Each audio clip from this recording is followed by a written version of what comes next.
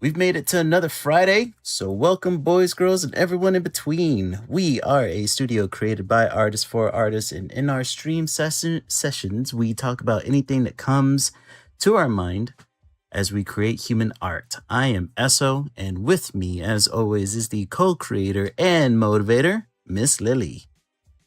Hello, guys. Welcome back.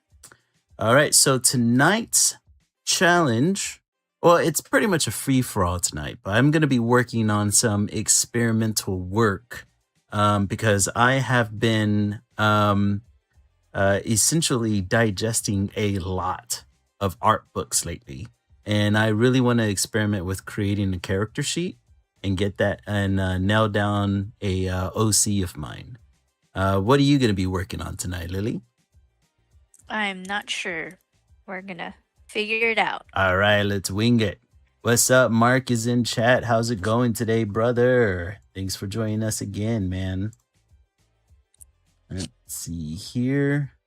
Oh, tonight we are streaming from Instagram as well. So to any of the Instagram audience that may or may not be out there, thank you very much for being here or coming soon, right?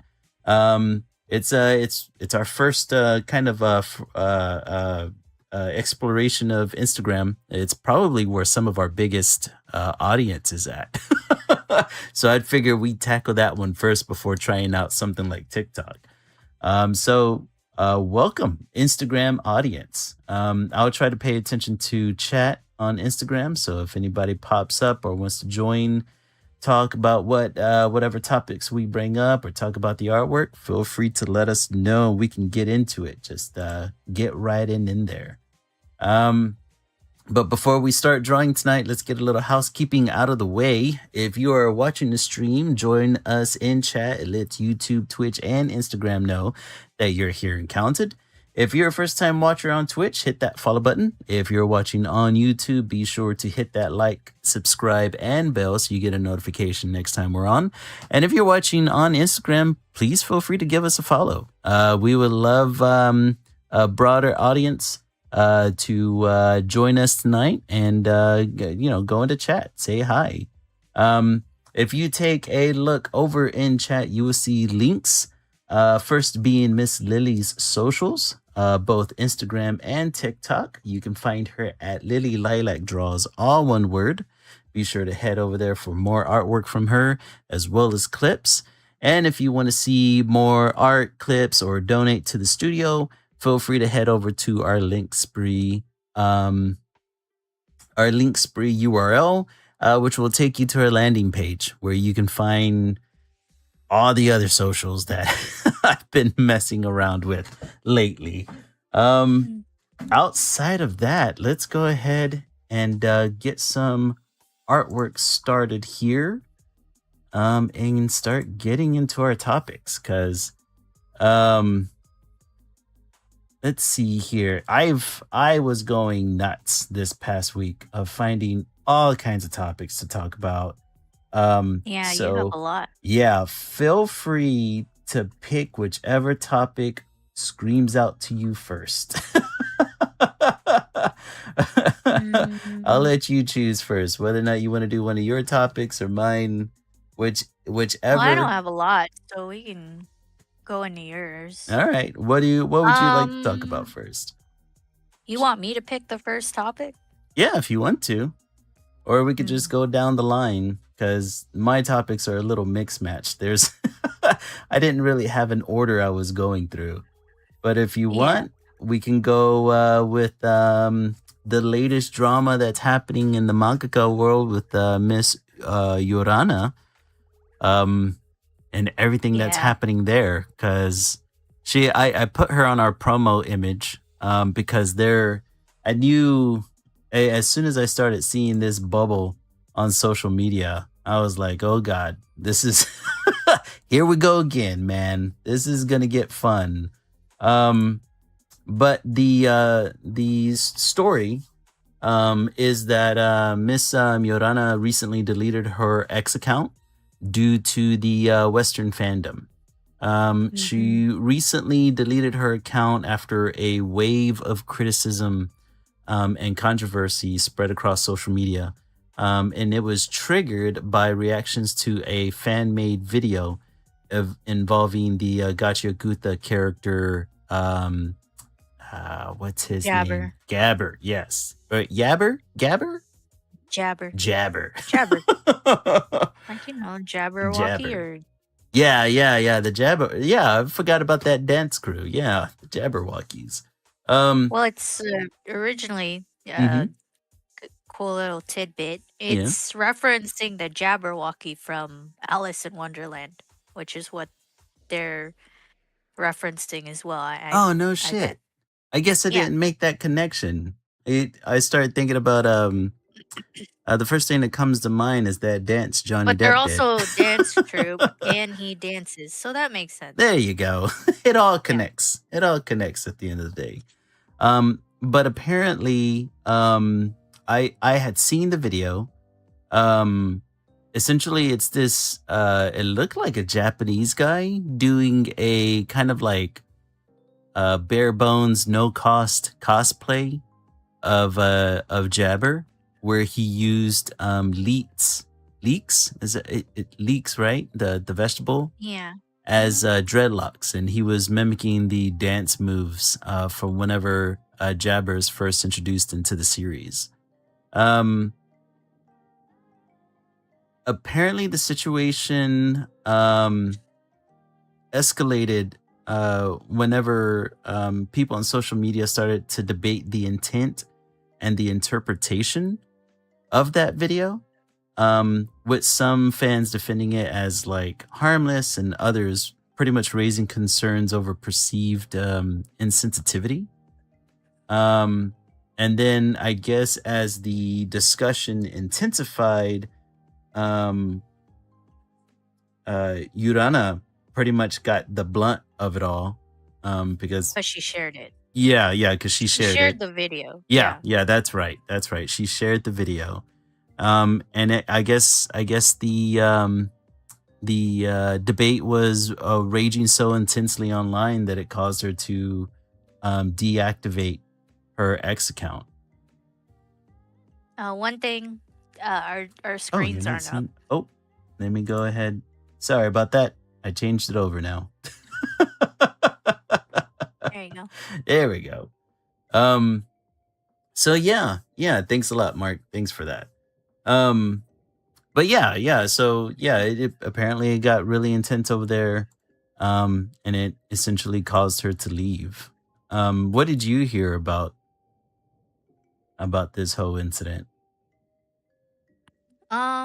I also heard that the graffiti artist she works with, Mm-hmm. on the manga, also disabled his account. I guess in solidarity Yeah. to Miss Urana. Mm-hmm. Um, I heard like I heard a lot from the um black community Yeah. on this, and they're they're not even, well, a lot of them are saying like they're not even the ones who are bringing up this debate. It's just a bunch of people who aren't even in that community, like who Yeah. aren't black, who Yeah. are That's what I bringing this heard too. discussion up. And like, for me, I think this is why people think we're a bunch of snowflakes, because it's of people like these who are starting a conversation where a conversation shouldn't be had. Like, Mm-hmm. if you're not in that community, if you're not a black person, Yeah. you should shut the fuck up. You Like, why are should you calm the talking? hell down. Calm down, okay? Yeah. There's that.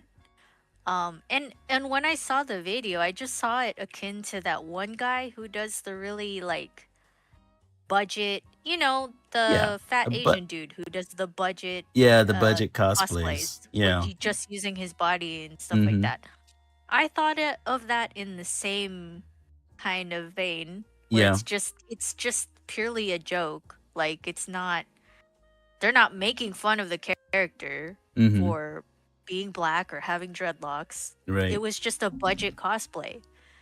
And it it sucks that she's gone under so much fire this Hmm. year alone. Like all of the drama that we've talked about all happened this year. God, I know, right? Which is crazy. Between And the live show and mhm. Yeah. Like hmm that's insane. And oh my gosh, to be a creator on the internet, that's why I don't like reply back to people hmm or whenever I post something and it does garner some type of attention, yeah.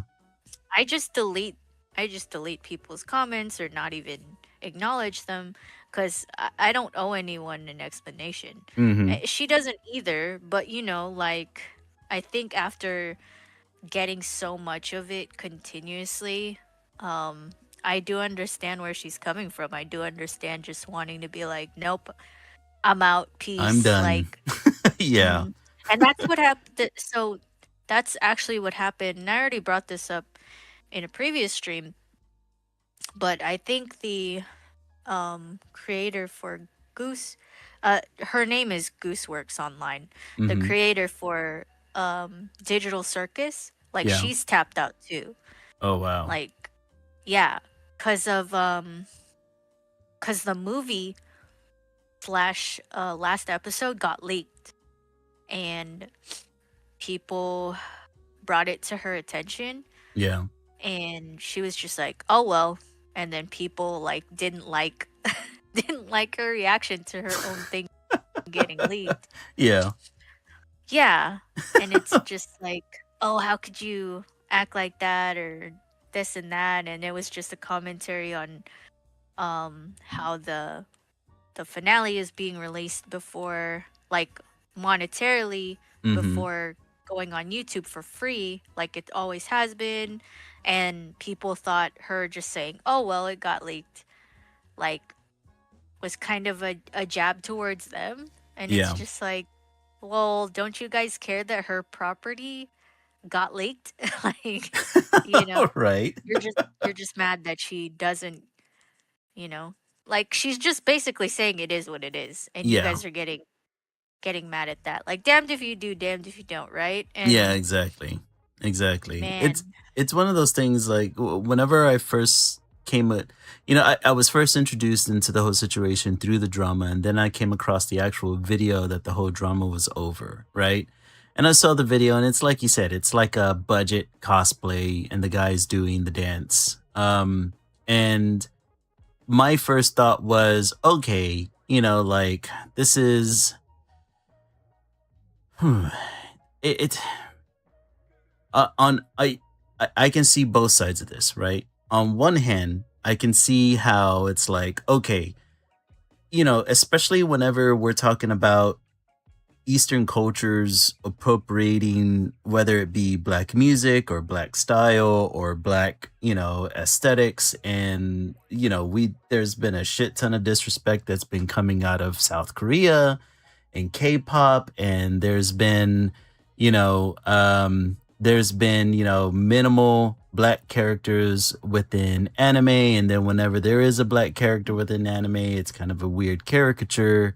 And I can understand how people at some point would see this video of this guy imitating Jabber, which Jabber, for the most part, right? Like Urana has done a really good job of like kind of trying to include representation, and every time the Japanese, right, other Japanese media gets it wrong, she's quick to reprimand them. So like anybody going after her makes no sense to me, right? Because she's been an ally, and she has respected the culture from the get-go, right? mhm. So I can understand why people would see that, right? Just a random low budget cosplayer, they would see that and they'd be like, ah, right? Like you get Eastern fatigue, right? As a black person, I would assume.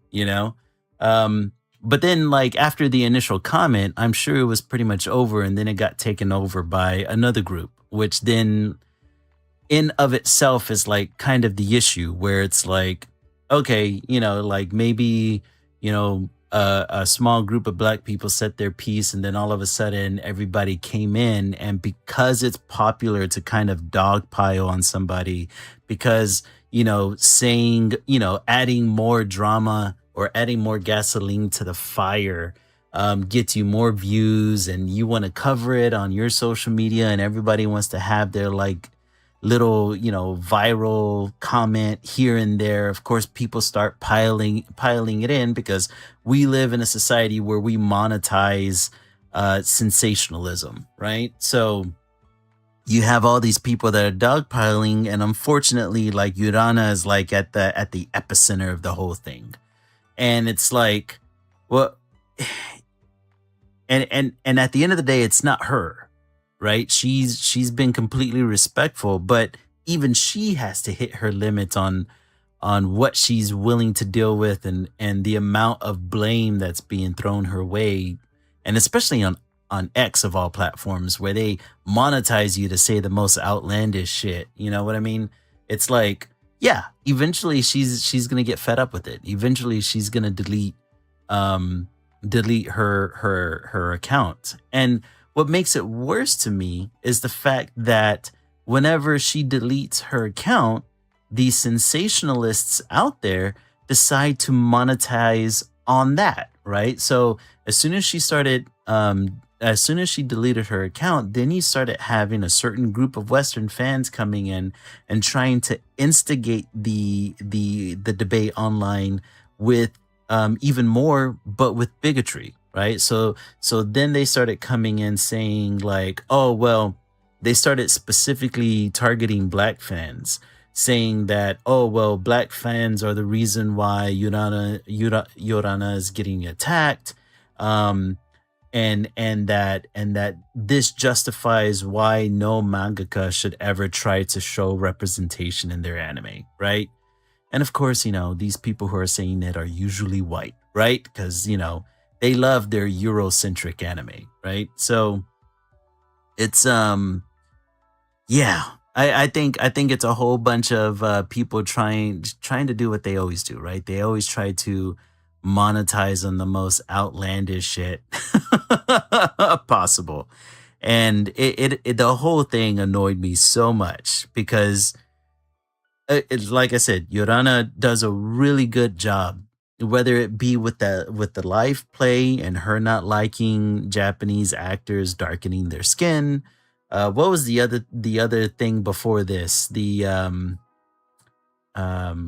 was the live play. There was something else I'm forgetting now, because we probably covered it in past streams. Do you remember what were the other controversies that was happening with her, besides the whole non-binary thing as well? Mm, Or are no. those the two main things? I I just know the live action play, and then the what is it? Like feeding her art into AI, Oh, right, that generative yeah, AI, and then or people just using doing her like, oh covers. yeah, or just doing like fan arts that look like, or actually using her, yeah, Mm-hmm. her backgrounds.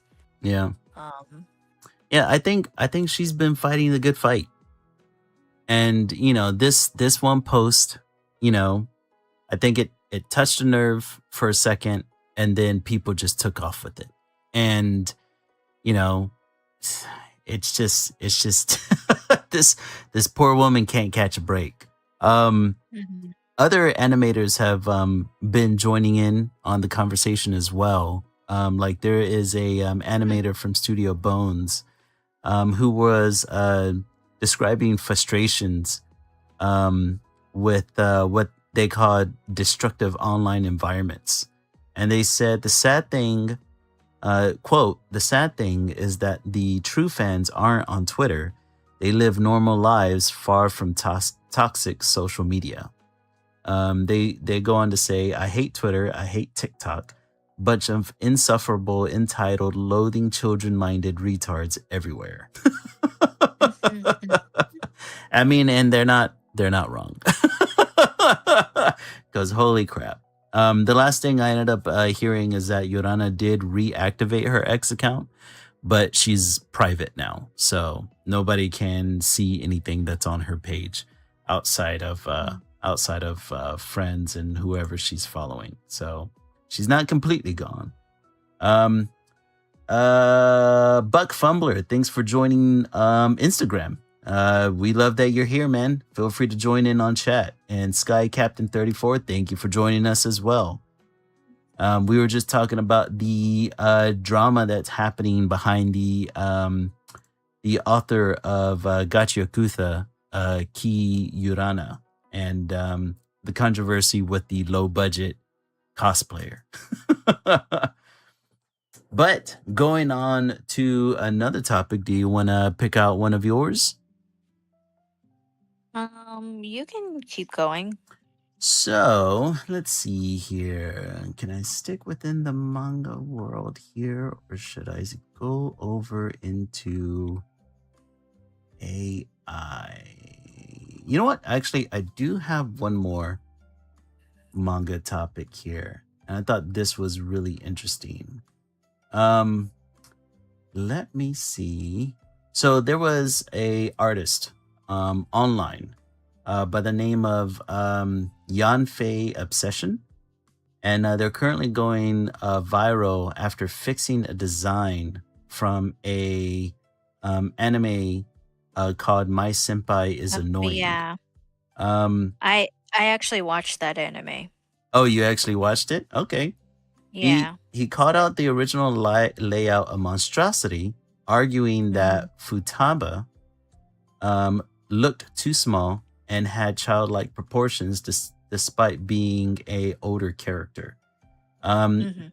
The redesign sparked a huge debate online. Some people agree that the original design gives her overly childlike features, while others argue that it's just anime stylization and shouldn't be taken realistically in the first place. Let me see. Well, give me your take, and I'm gonna try to pull up that image. Yeah. Here on. So I watched the anime, Mhm. and it's a love anime, like a Mhm. romance anime. And yeah, uh the little girl character, she is actually a full-grown woman. Yeah. She's just, kind of suffers from uh Just being small. childlike, but like being a yeah, Mhm. being like a small person. But yeah, I did find it weird that the artist chose to make her look like a child because I'm a small person too. Mhm. Um but I and yeah, some ladies don't have all the curvature and stuff like that, right? Right. But Sure. past the point you don't look very much like a child just cuz your face, your bone structure grows a little bit more, so you look more like an adult person rather than a child, if you get what I mean. Like Right. your face fleshes out more, stuff like that. Your body matures a little bit more. Um, so it is weird that her character does look childlike, Mhm. even in the scope of being in an anime style, right? Yeah. I think it's weird because there are other female characters in the anime. Obviously, they work in an office and they look completely normal. Like their eyes aren't huge like the main girl characters are. Um what else? Yeah, her face is just noticeably rounder like a child, like Mhm. so yeah, I did see the redesign and I thought it was, it's still good. Like it's Yeah. even better Yeah. because yeah, she's still small. Mhm. Um But now she has womanly proportions. yeah, she has normal proportions. Yeah. Um she could still be perceived as younger, but Mhm. she's noticeably an adult. Like speaking as someone who's a small person who also looks younger than I am. Mhm. Um which I don't know. I kind of some people think I'm like way younger than, and it might be because of how I dress, but like I don't know, like there you can just look at a person and be like, yeah, that's an adult, you know? Yeah. Like Yeah. That was my thing too. Like whenever I saw the redesign, I was like, well, I like the redesign a lot better because I always hate it whenever you have anime fans that are like, oh well, that's simply just a style, or this is supposed to be an expression of a character or a representation of a character, and not actually like it's not supposed to look like a full grown woman because I don't know whether or not in the anime she acts childish or not. And maybe it's one of those things where like maybe the mangaka was trying to convey that childishness through the the design. proportions, through the design. But it's like there's a difference between like personality expression and character design, you know? So like if your character design is always in child mode, then that's a child, right? Or at the very least you're infantizing a grown woman, right? And so it's one of those things where it's like I think that um in the original artwork, obviously it's not features that would exist on a grown woman. Um and I think that because I've heard a lot of I read a lot of anime fans simply saying, well, there's small women out there. There's small women out there. Well, like no shit, I know a small woman. It's like I've seen plenty of small women, but once a woman, to me it's almost like they don't understand biology or how puberty affects a human being. But once a woman goes through puberty, like even if they are small and petite, there are a number of features that changes on them that signals that they're growing up, right? Or that they're going through puberty. And one of them is I like, mean, even I mean, even past puberty, yeah, yeah, you you grow, continue you to grow. still keep growing. Exactly. Um, Which I'm assuming, how old is because the character in the anime? when women, when little girls hit Mm-hmm. puberty, because they're still little girls, right? Mm-hmm. Um, and as little boys go through puberty as well, their bodies start changing. That's the key word, start changing. But your body keeps going through change as you Mm-hmm. keep growing. It's not like you hit puberty and you're magically a full grown woman, right? No. Yeah, yeah, yeah. It's a These it's are a tr- it's let's a let's slow transition. differentiate that. Yeah. Yeah. Um uh you know, but she's like in her 20s, this character. Mm-hmm. Um what's the anime called again? My senpai is annoying. Okay. I'm Let's assuming that look. she's somewhere in her 20s. Yeah, they're in their 20s. Yeah. I mean, They yeah. work an office job. Yeah, even in your 20s, you start developing signature features that signal Yeah, that like I said, yeah. you you can see someone's kind of an adult when their face looks fuller. Mhm. Um, your bone structure also changes, Yeah, definitely. that sort of thing. Like you're a mature body, a Mhm. human, Yeah. because you've hit that age. Um, what is her name? And Oh, I have what no is her idea name? actually. Futaba. Yeah. Futaba Igarashi. Futaba Igarashi she's 23. So Oh, yeah. she's Oh. 23. Past that, women stop growing in height at Roughly 18. around 18. Yeah. Yeah. So But yeah. your body still keeps growing into your 20s. But 23, yeah, you should be. Yeah, you should be well into looking like a grown adult, you know? Mhm. Yeah, even at a short height. yeah, yeah. It's weird whenever people come to defense to defend things like this, right? Because that's why the anime community is never gonna beat the allegations because they do shit like this where they're Yeah. like, "Oh no, the fact that she looks 12 is inconsequential to how the." It's like, "No, man. Like it's okay to call a spade on this. She looks ridiculously young. She shouldn't be looking that young." I Mhm. finally found the image here so I can show it on stream. And let me see here. I think Twitch and YouTube are going to be able to see this. Here we go. This is the redesign. Um yeah.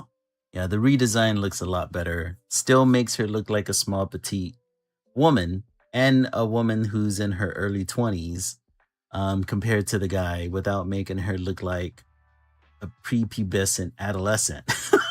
Yeah. Jesus Like, the Christ. redesign still keeps the large eyes, Yeah. you know, Mhm. and It slenders the the face a little anime bit, which the normally anime-ish happens. expression. Mhm. Yeah. Yeah. That's a lot better in comparison. If they did wanna round out her face, they could have made her, like, a chubbier character, Yeah. Yeah, like, that's very make the true. proportions of her body fit that chubby face, but when you Mhm. put a chubby face on this small body, you automatically think, "Oh, that's a child." Like, Yeah. that's Yeah, it's just it. true. It just makes it look worse, man. But yeah, whenever I came across this, I was just I think just too many people don't understand the I think too many people don't understand basic anatomy. Maybe we understand a little bit better because we're artists and we look at this constantly. Maybe, Um but I also just think people who defend it mhm. kind of need to understand why Yeah. and then Yeah. look internally because it's like, um, so this is a romance anime. Oh god, that's Is it true. is it okay to defend this character this Oh no. character's depiction That's a good if it point. you know what I mean? Like Yeah. Yeah, I they're know. they're not connecting the dots. And then at the end of the day, it's like, okay, if you're really hardcore defending this, are you one of the people we should be worrying about? Right? Like Should we you're just hiding it do we need behind to this. have a talk? Do we need Yeah. to We need to go through some hard drives. Do we need yeah, to right? Do we cuz something why is are you seriously hardcore wrong defending here. this? Like Yeah. it's okay. It's fine if you like the anime. Like I thought the premise is, kind of cute, but Mhm. at you can defend the anime if it's good. Like Yeah, if you think it's you can good, defend the story just fine, for sure. but you It's can just also say like two things can be true at the same time. You can also mhm. say those character designs though could be way better. Yeah, yeah. Like, Those characters is and what trips me out whenever I first saw this image is that the guy has pretty standard proportions for a yeah, the dude guy looks that's normal. yeah, he looks Like why completely normal. Completely normal. He looks like an ex-jock, that was in high school and now he's in his 20s and he's a salaryman, right? Like that's what he looks like. His proportions are completely normal. He even looks like he's got a little bit of a dad bod going on there. Yeah, it happens to all of us. Like why does she look so somebody needs to speaking look as at someone this. who is small, like Yeah. Yeah. I could see her like when I was watching the anime, I could Uh-huh. definitely see this woman being kind of a depiction of me, like because Mhm. I know women that are shorter than me. I'm 5 foot even, Yeah. and that's below the average Mhm. height for women in the US. You're Um, tiny. but in Asia, yeah, in the It's Philippines, completely there are normal. women shorter than me. But guess Jesus. what? They Yeah, still don't look like a child at that height. Like, exactly. There So are it's just like, defining yeah. characteristics. Yeah. So you could definitely depict a shorter woman in an Mm-hmm. anime, but ugh, like But why I go need to to this look up length? the other women characters in that anime because I could have sworn they don't look like that either. So she's the only one that They looks look that way? regular. Oh Yes, God. because they're all regular looking humans and then she's the only one. Yeah, look. And she's the main Hello, woman. romantic. I'm assuming she's the main romantic. What's the word I'm looking for? She is the Interest? yeah main romantic interest, right? Protagonist? Yeah. Oh God. Yeah, I think at this point we need to search the mangaka's hard drive. Somebody sees that man's hard drive quick. I'm Interesting. assuming it's a male mangaka too. It could. I think it would be even. I don't know. Like, all right, let's play a um. Let's have a thought experiment here. What if it was a female mangaka? Do you think? What would you? What would be your opinion on the original designs then? I just don't think a woman would draw Yeah, the I don't female think so character like either. that. And if she did, she would just kind of have to be like a little self-hating or I don't know. I don't even know what to call it, honestly. Something's wrong with her if it's a female mangaka. Golly, man. But yeah, I ran across that and I was just like, dude, that is absolutely trippy. That was like a jump scare for me whenever I saw it. And I really did like this is probably one of the first times where I saw another artist come in to fix an artist's original design where I was just like, you know what? You did good, man. Yeah, yeah, because usually that's frowned upon. usually that's something that's very frowned upon, or it's like taken in the complete opposite direction, right? Like, oh, this character's not sexualized enough. Let me sexualize her more, you know? Hmm. Um, so yeah, this was one of the first times I've run across that, and I was like, okay, like, hey, that's pretty damn good. Do you continue doing the good work, you know? Let's see. In order to stay within the anime manga realm, do you want to go over um one of your topics here? Which one? Let's see. How about that first one? I didn't hear about that. Oh, yeah. The Japanese voice actor for um his name is Kanjiro Suda. Mm-hmm. His He's the voice actor behind Seto Kaiba in Yu-Gi-Oh, Kento Nanami in JJK, and Overhaul in My Hero. Okay. He sued, it's just gone public that he is in the process of suing TikTok for videos using AI to generate a voice that replicates his. He Oh. filed this back in November 2025. It's now being reported publicly, I guess, because it's actually in the process of going through. Mm-hmm. He hopes to win the lawsuit because it'll support other voice actors in exercising their rights and to provide clarity for the scope of what would constitute a violation of the law in this field or create laws that help protect voice actors Mm-hmm. and in extension like other artists or other performers. Yeah. TikTok has countered hi by saying that the voice is of a generic male Japanese voice. Um, Hmm. but the thing is, what is AI trained on? Yeah. It's Yeah, trained exactly. on existing voices Usually and professional existing art. ones. Yeah, Mm-hmm. and existing art pieces. So, the it's looking well for Kanjiro, I think. But Yeah.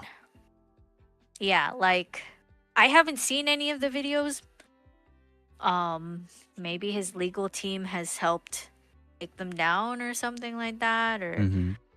whatever, but I think I think it's great that someone of his caliber, like, the voice actor for freaking Seto Kaiba of all things, Yeah. is actually saying like, no, you can't use my voice or things that sound like my voice because I know what you used to train the AI. You used my voice to train it. Like you can't Hmm. do that. That's Um, awesome. It's another mhm. soldier in the fight, man. I Yeah. wholeheartedly welcome it. Mhm. Hopefully he sticks to it, right? Yeah, exactly. Yeah, that's one of my things, man. And I think that segues perfectly into a couple of other topics that involves AI because we're starting to see it more and more um through apps, and that I think that if he comes away from this lawsuit on top, I think it's gonna start sending more and more signals out to the other AI companies that they need they need to stop this crap. Mhm. They really do. Particularly the topic I'm talking about is let's see here. Um, the first one I think I want to go over is the topic I came across regarding Stan Lee. Um, Mm.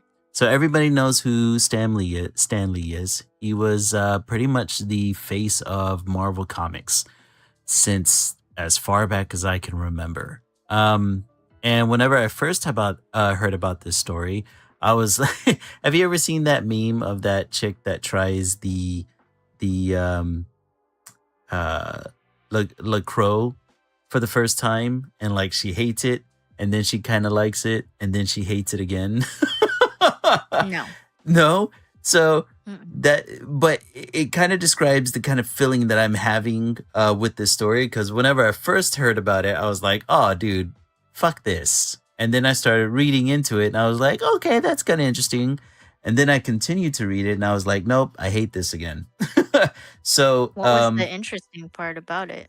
well, Stan Lee's voice and likeness has been sold off to be recreated by AI, Mm. by this company called 11 Labs, right? Deadline reported that Stanley's estate is embracing what they call the superpower of artificial intelligence. Um, Under a deal with the Stanley universe, the comic book creator's cloned voice will narrate some of his favorite books in the 11 Reader app, right? So that was the first thing. That was whenever I first heard that they were going to be recreating his voice and image, I was like, ah, I fucking hate that. And then whenever I read that they were going to be using his voice, they were going to be cloning his voice to narrate and read some of his favorite books. For He has like a Stanley Book of the Month club that's mainly for children, right?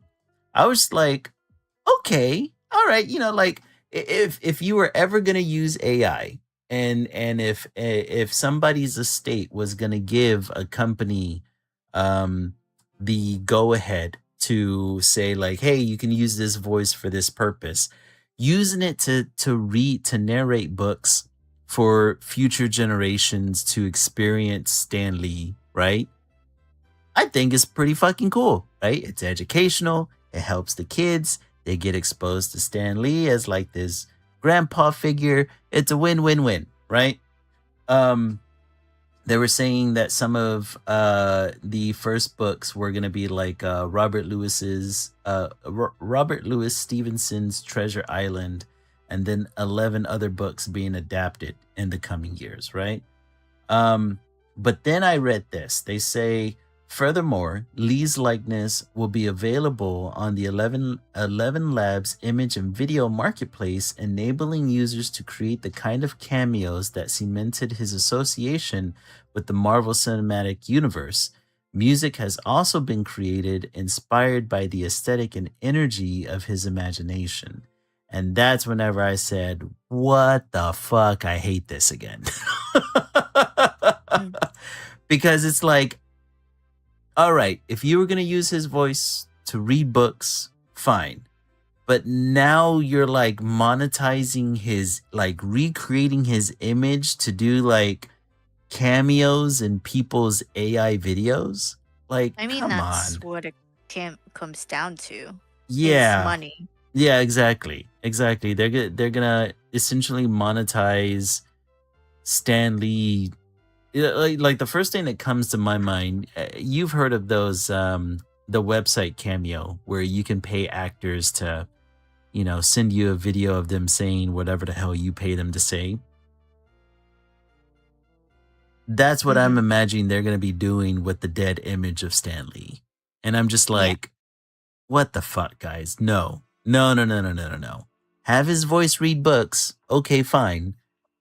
Monetizing his image for more money, not good. Yeah, and Mark says, "Why does this remind me of Ready Player One?" Yeah, yeah, where they're just kind of like resurrecting Stan Lee like he's some sort of intellectual property. I don't like it. I don't like it at all. I was okay if they were going to use his voice to read books for kids. I am not okay with people making AI generated videos of him doing God knows what. I just Mhm. fuck me, man. Yeah, and it just put me in a bad mood. It put me in a real bad mood whenever I read that. So I hated it whenever I first read it. I was kind of okay with it whenever I got to the reading the kids books part, and then I hated it again once I kept going through. Um, the estate of Stan Lee, somebody by the name of Chaz Rainey, said that Stan always believed in meeting his fans where they were in the pages of a comic at a convention or a quick on-screen cameo. This partnership is a way of continuing that. Fans have always told us that when they read his comics, they hear his words and Stan's voice, and now, thanks to 11 Labs, we will make that a reality. It just feels. I know they're trying to justify it, but it feels like a cash grab, right? Like this idea that where they say Stan always believed in meeting his fans where they were. Yeah, whenever he was alive, right? He liked interacting with fans and being with them because he felt as if he could bring a presence to comics. The man, it was like a one-stop shop of marketing for comic books. I don't think comic books would have ever hit the height that they hit if not for Stan Lee. His AI recreated corpse isn't gonna do that. It has no intention other than to make money. And I'm just like, just fuck you guys. Like, just that's bullshit, man. Like, I don't know if Stan Lee's wife is still alive. I'm pretty sure I read that she may have passed away before him. But it's like outside of his remaining kids, you can't tell me that they don't make enough money or they don't have enough money in reserve and that they have to like cash in on the image of their dad. Like Mhm. that. I don't like none of it. I don't like it at all. And like they had a decent idea in the very middle of it, but I don't know. I don't know. What do you think? Um, well, this is very Black Mirror-esque. Mm-hmm. They Yeah. actually have you watched Black Mirror? I've watched some episodes here and there, but never all Okay, the way so through. there actually is kind of an episode that touches on this, where Oh they fuck. take the likeness of a person who's passed away and they Mm-hmm. can replicate it, and it kind of like, I think a few episodes touch on it actually, and Mm-hmm. it kind of takes away from the magic that was his life, you Mm-hmm. know, Yeah. because you're only allowed the time that you're allowed while you're here. Mhm. And when, you know, you kind of learn to appreciate the person more for what they've done, knowing that they were here and that, their time is done, I guess. Mhm. But to like death, to make it a bit morbid, death makes you appreciate life more because you know it's going to end, Mhm. you know?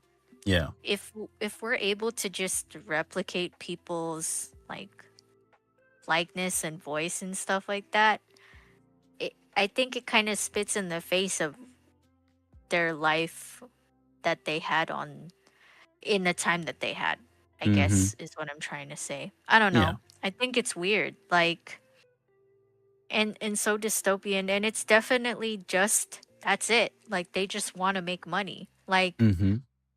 yeah, it'd be cool to have him read comic books and books to children, Mhm. but it's not going to be free. Yeah, yeah, You that's you'd the be other thing I didn't know. Like, they said yeah, that this like was for his book club, so that's definitely a subscription-based, exactly. You're service. probably Yeah. going to have to pay more just to be able in that to be in that Ah, damn it, man. tier to hear his voice again. So it's just like, dude, all of this is just for the money. Like Yeah.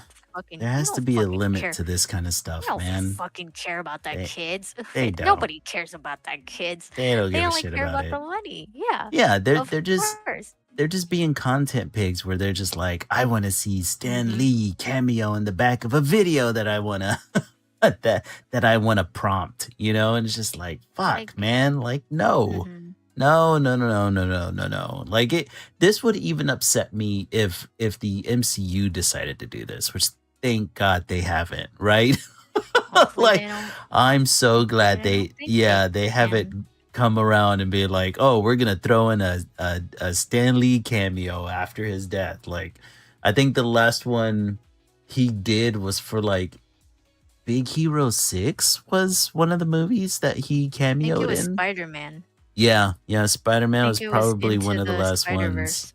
Mhm, and that was like yeah, just leave it at that, man. Like, I really, really, really hope Disney doesn't decide to do that because I put the blame solely on Disney if this happens because these guys, when it comes to AI, they really don't give two flying fucks. Yeah. I mean, it, I like I've already said, I don't think AI should be used at all for the creative space. Hmm. Um, yeah, it's cool. It'd be so cool if we could just get everything right away. Like, that's really great. Yeah. But you have to factor in everything that's wrong with it. It's Hmm. really bad for our environment. It's turning the water brown in some of the states here in the US God, already. I know, man. Um, It's consuming so much energy that we need. We're already in an Hmm. energy crisis. It steals properties from artists who didn't consent. Right? It's using money, which we all don't have enough of. Could Yeah. I keep going? I mean, that's pretty much it. But it's those handful of things are already really bad. Do we really want to Hmm. keep going? And I've already said, like, yeah, it'd be cool. AI has so much potential, but it really, if we have to use it and it has all of those bad things going for it, whenever we do use it, we should be using it for something good. We should be using it for the medical field, um, for anything that would actually benefit humanity. We Yeah. don't need I love you, Stanley, but we don't need to hear your voice again. Like we've Yeah. already Not if like it's I gonna be said, monetized like this, yeah, man. we've already appreciated his life. We've Hmm. been fortunate to see him in Hmm. in his lifetime Yeah. cameo being in these movies and stuff like that. That was great. Like, I'm Hmm. sorry for the future generations you don't get to see it, but that's just how life is. And if they Appreciate do wanna see it, they can watch the movies. watch the movies. There's plenty of video of him out there, you know? Mhm. Yeah, exactly. just appreciate what you got. Mm-hmm. Don't mean to make it sound super morbid, but we really need to stop. We really need to Yeah. stop. Stop it. Before this gets No. any worse. Yes. Stop it. Get some help. Make AI do actual good things for humanity, please. But Yeah. that's Jesus wishful thinking. Christ, man. Well, speaking of anime, I wanted to go on this because it kind of touches on the same thing. Um, Jorge Gutierrez, who is the mind behind the Book of Life, is creating a property called Punky Duck through Amazon Web Services and Amazon MGM using their Gen AI Creators Fund, and it's going to be released on Prime Video. Um, as reported by bleedingcool.com, this is a initiative that's powered by Project Nora. Um, the tech is described as Amazon MGM Studios' purpose-built AI production platform for cinematic storytelling, used exclusively by Amazon MGM Studios and those creators selected for the new Creators Fund. Um,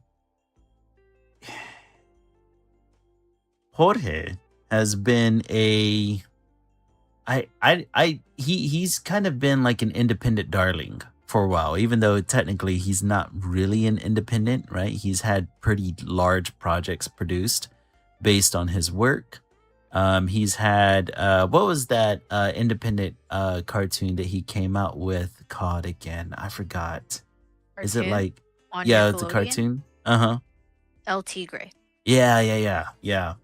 So is which he I loved El Tigre. mm-hmm.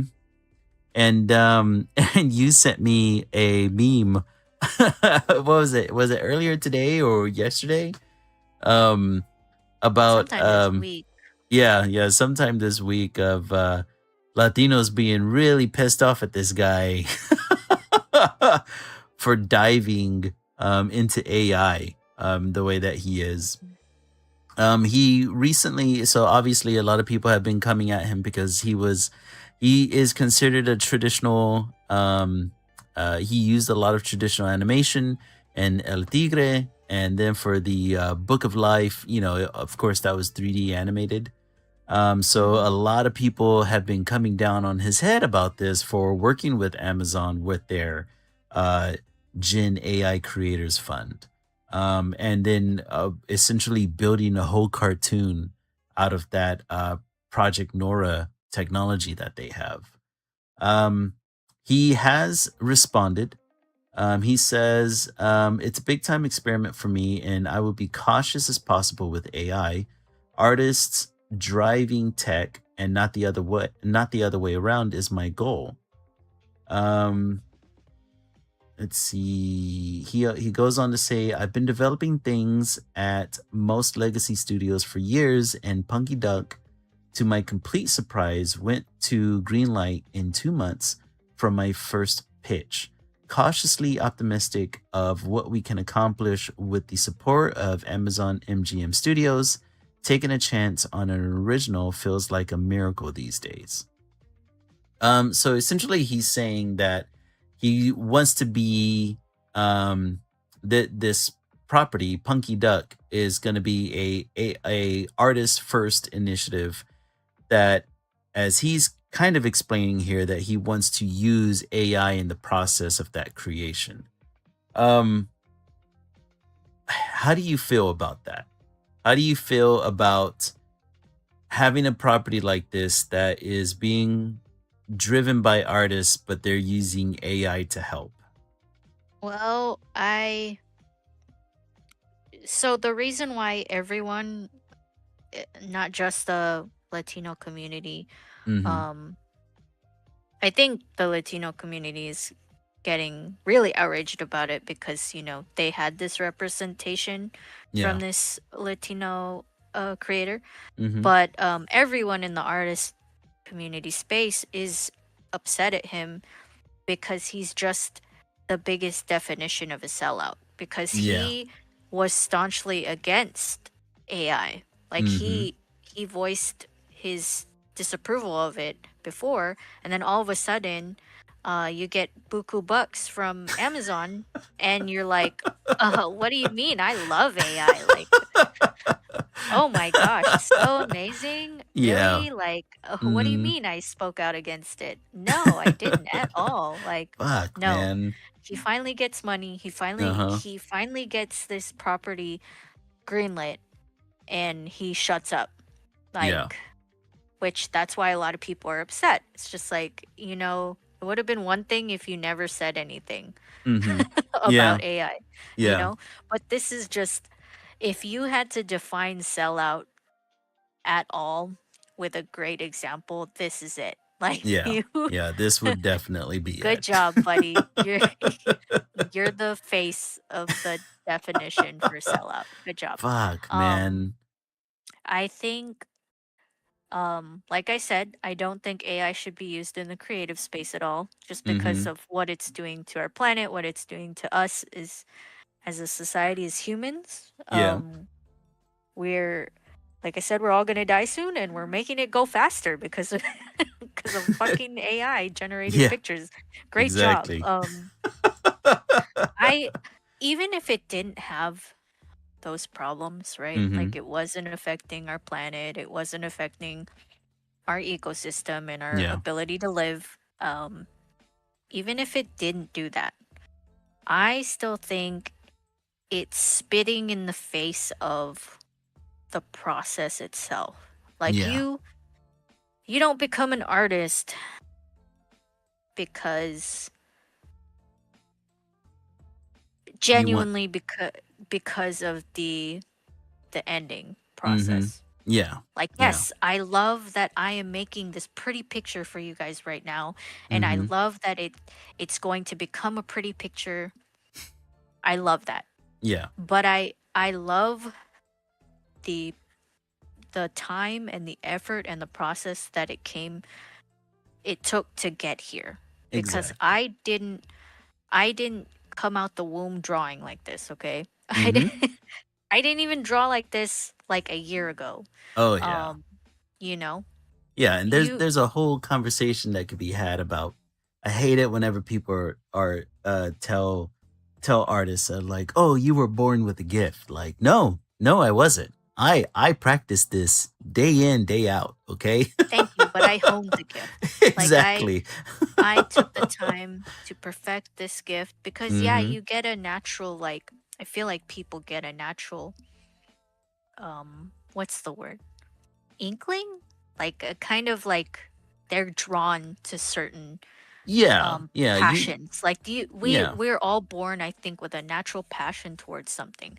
But Mhm. you can definitely, even if you suck at drawing and the thing that everyone tells artists, like, oh, I can't even draw a stick figure. Well, you can. Yeah, you You can can pick up a as long as pencil you practice. and learn how to draw a stick figure and more if Mhm. you do what artists do, which is go Yeah. through the process, just go through the hard thing. Yeah, and be passionate about learning Yeah, that process. Yeah. exactly. Learning the process. And I think that when you're using AI, like to create those shortcuts, Mhm. um, that just, yeah, that just spits in the face of human innovation Yeah, in this creative space. exactly. I'm right there with you. The idea of like there is an instance in my mind where I think, okay, well, if AI were to be utilized in the, let's say, in the artistic process, there are some instances where I can think like, okay, like it'd be cool if an algorithm or a program can do this thing, which can help in the process, maybe make a little bit of a shortcut here and there, kind of like what we see with, uh, drawing programs, right? Where they mimic certain brushes or, it means that I don't have to go to an art store and purchase watercolors. Instead, I can mimic the watercolors through my drawing application. But Hmm. the technique is still needed there, right? The technique, the practice, the skill is still needed to be learned and honed, right? And so I can see where like I can see where AI can help shorthand some of that process, Mhm. but never to the extent that I think Amazon is trying to push generative AI, right? Because whenever we're Mm. talking, like, we're not talking about like an algorithm or a program or a, what did you call it in previous streams?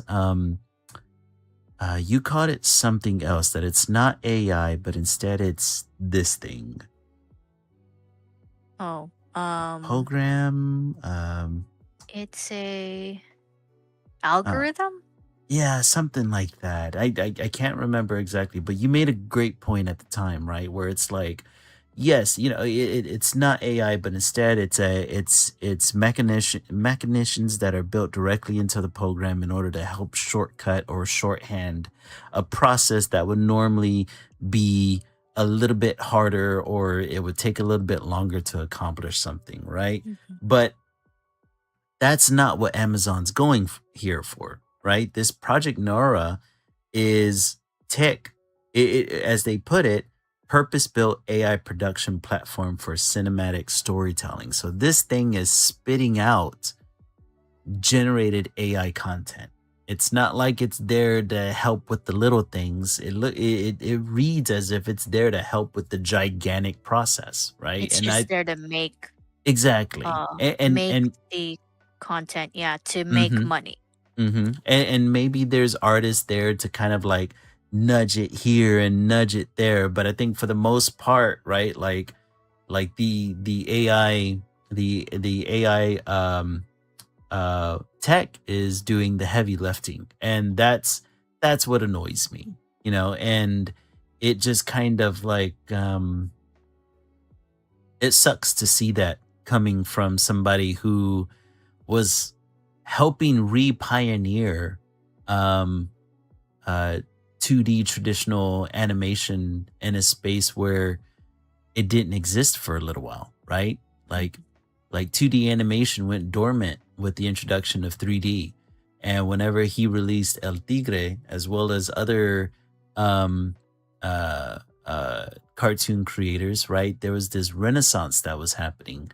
And now here he comes, you know, implementing Amazon's AI because they're going to give him a gigantic paycheck to get a original property of his into production. And that's just, like most of the time we say things like get your bag, but this is not, this No, is yeah. not one of those No, situations, I'm you okay know? with people getting their bag, but this is just not it because, like, so at the end of the day, Mm-hmm. what yeah, sure, artists are helping this property Mm-hmm. at the forefront. But then this is what people are also forgetting is when Mm-hmm. they're done training the AI and it gets to that point where it is too good to Mm-hmm. differentiate from humans, Yeah. they're going to cut off the humans. True. Very Wake up, true. guys. Yeah. It's gonna They're take already that doing it. style. It's not gonna be They're yours already doing anymore. it. People are losing their fucking jobs because of it, which Mm-hmm. by the way, they're cutting them off too soon because the AI isn't reliable. Yeah, Um, exactly. which shit on your face for Right. cutting off people's jobs, but you guys need to think humans first. Like Mm-hmm. we're here to to try and live, and they don't want people who are artists Mm-hmm. happily making their money while also making properties for these big corporations. Yeah. They want to cut out the humans because they Mm-hmm. cost too much. Yeah, right. And God forbid. hopefully they'll train a robot Mm-hmm. do it better than us, and hopefully save money. But the thing is, that's also spitting in their face because Yeah. it costs too much to run AI. Like Mm-hmm. even more than it would be to just pay a human. So Exactly. Exactly. And like go on. the part that also pissed me off. Well, I guess my ultimate stance is like, even if it's an artist led AI project. Mhm. I think even if you open up the window a little bit, you're letting in too many flies, right? Mhm. Like there's no amount of space you can open up this window where where a gigantic corporation like Amazon, and just after those comments that Jeff Bezos made, what was it, like 2 weeks ago? you Oh, know, about not taxing people, but yeah, he's about actually not just taxing people. commenting on every like comment. Okay, so the comment that people were seeing at Hmm. the forefront was him saying like, "Why are we taxing basically the common man? Like it's Hmm. not fair for a nurse who makes 75K a year to be paying what was it, like 12K in taxes a year?" Yeah, And yeah. people were like, that's marketing him as like a good person, but Hmm. obviously people Oh, were dude, the like PR me, was out in force for him. we're Yeah. like, "What? This is weird. Are Oh, you dude. actually a good guy now?" And then Right. you searched it up and was like, "Oh, that was in the same sentence of him saying like, I should be taxed that much. I Yeah. should be." Yeah, he was sitting there going, "Oh, well, you could tax me double and it wouldn't help the teacher out in New Jersey." It's like, That's so "Motherfucker, dumb. like that's not That's how the any of dumbest this thing I've works." ever Yeah. And like I whenever I saw that dude, like alarm bells started going off in my head, like this guy's just trying to demonize taxes. Like it's the same playbook all over again. Just so he doesn't have to pay any, Yeah, especially the minimal amount that he pays already, in comparison to his overall which is wealth. crazy. Yeah, and so you got this company like Amazon. The moment you give them an inch, they're going to take a mile with this, and it's just Mhm. going to be, Jorge is going to give his style over to this AI bot, and then whenever they decide that he's making too much money, I hope he doesn't think they're going to keep him around out of goodwill. No, they're going to get rid of your ass, but they're still going to have your style. It's not gonna be Mhm. yours anymore. You It's just now in sold your the soul AI. over. Good job. Exactly. You You're fucking yeah, idiot. exactly. So he basically yeah, he basically sold his art style. So Yeah. now He pretty much now it's gave it away gone. now. Way to He go. did good job, you fucking idiot. Yeah. And I what's hope funny is that is that he I hope goes they on to paid you a Twitter. lot. Right. I hope that that bag was big enough to to give away your artistic freedom, man. He went onto Twitter and he wrote, "I understand that a lot of people Wait, I understand that a lot of you are happy for me, and a lot of you are really angry at me for experimenting with AI at Amazon. I'm going to leave the comments open so you can get it out and hopefully feel better. Any death threats will be reported. Anyone threatening Sandra and my son Luca I will report those too. Come at me all you need. Come at me all you want and need. Just leave my family alone." So yeah, man, he's pretty much, like, nobody should be threatening anybody's life over something like this, right? Like, let's Or not get his crazy, family people, that right? didn't Like, do don't anything. don't bring his family into it. Yeah, this has nothing to do with them. But yeah, he's washing his hands clean of it, right? He's just saying, Mhm. "Yeah, I'm gonna do this." You could be mad all you want, but I'm gonna do this one way or the other. And yeah, man, it's Jesus, Jesus Christ. It's It's he's disappointing. it's super disappointing. Super disappointing. He was one of the few Latino creative voices out there, and now he's just pretty much sold that away. So yeah, yeah, I don't think I'm gonna be catching this on Amazon Prime. That's for sure. I think it's even more disappointing because he was saying like, "Oh, it's so hard to get your property greenlit these days." But it's Hmm. just like, dude, have you not seen indie properties and how successful they are? I know, Like man. those people and those people they're able to make money because they make merchandise or even like do his Kickstarter or something, to get help from fans. Hmm. Um but they start those properties purely just out of love.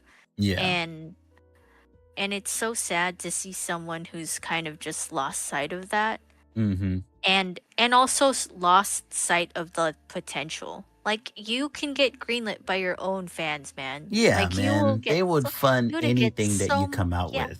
you would have got so much money, but You look idiot. at you now. I mean, Mhm. I'm glad good job, you got money, but like we said, you're done. Like, I Yeah, think your art style's just gone now, man. yeah. Like, You have sacrificed artistic integrity for the sake of dude, I that hope sucks. they paid you millions. I really hope that this is in a It situation where better it's be, like, yeah, it "Oh, better they be worth it. greenlighted my IP. So awesome." Like, bro, this better have been like millions upon millions of dollars. Otherwise, you are the biggest idiot. Exactly. because I've seen promotional images for this Punky Duck, and it looks Mhm. like his style, obviously, right? Like most of his Yeah. properties carry the same artistic style. Like he's literally selling the style away. And that's it. That's it for him. And how is he going to feel whenever people start using this style to create stupid memes or AI slop on the internet? Like Mhm. there's not a damn thing he's going to be able to do or say about it cuz hey man, you've enabled this. Like, oh God, man. What a moron. And this is why I'm glad that you have a big director like Steven Spielberg shitting on AI. Did you hear about what he said recently? No, what do you say? Apparently, so you know how Steven Spielberg has his new film that's going to be coming out soon. Looks like alien invasion film. Um, He went on to say, I don't believe there's any substitute for the soul. I don't think that's an algorithm that is inevitable. Don't tell me I don't have the right antagonist in the story. Don't tell me how to write my dialogue. Don't tell me where the camera has to go. If AI wants to help me find locations, that's great. Saves me some legwork. Use AI as a tool, but do not use AI as the final word on anything creative. There we go, man. There we go. So we have one artist that's an idiot, but another old school, much bigger artist that's shitting on AI as well as you should. Mhm. That's the way to do it. Be like, hey, I don't mind using AI to find me a good location to film something, but don't tell me what the fuck to do. All right, I've been doing this way longer than the AI's ever been around. Oh man. Um, let's see. Do you want to go over one of your topics? You can keep going just 'cause you have a There, lot, so I know, right? I was going nuts this week. Speaking of I came across so you remember a couple of streams ago we were talking about those AI those dropship AI videos about like the Super Mhm. Mario resin lamps and Yeah. how yeah. So apparently they're still doing that, but now they're race baiting. Hmm. um recently drop shippers are creating AI generated videos where they show young black boys creating businesses because they're being teased for liking something that's not considered part of the black community. So, like, one of the ones that I've come across was this young black boy that makes cardigans. And he's like, oh, everybody makes fun of me because they say I'm not black enough because I like making cardigans. And, he was like showing these butterfly cardigans that he makes apparently. But it really is just a drop shipper. Oh, Um, you gotta show me this. Oh man, yeah, yeah. I'll text it. I'll DM it over to you. Because it's the funny thing is that obviously AI is getting better. And it's not as noticeable unless you're really paying attention to the video. Mhm. Um, But the worst part is that a lot of these accounts have like the most weirdest, like vaguely racist usernames that I came across. So like one of them is called Hood Nostalgia. Another one of the accounts was called Afro Divine.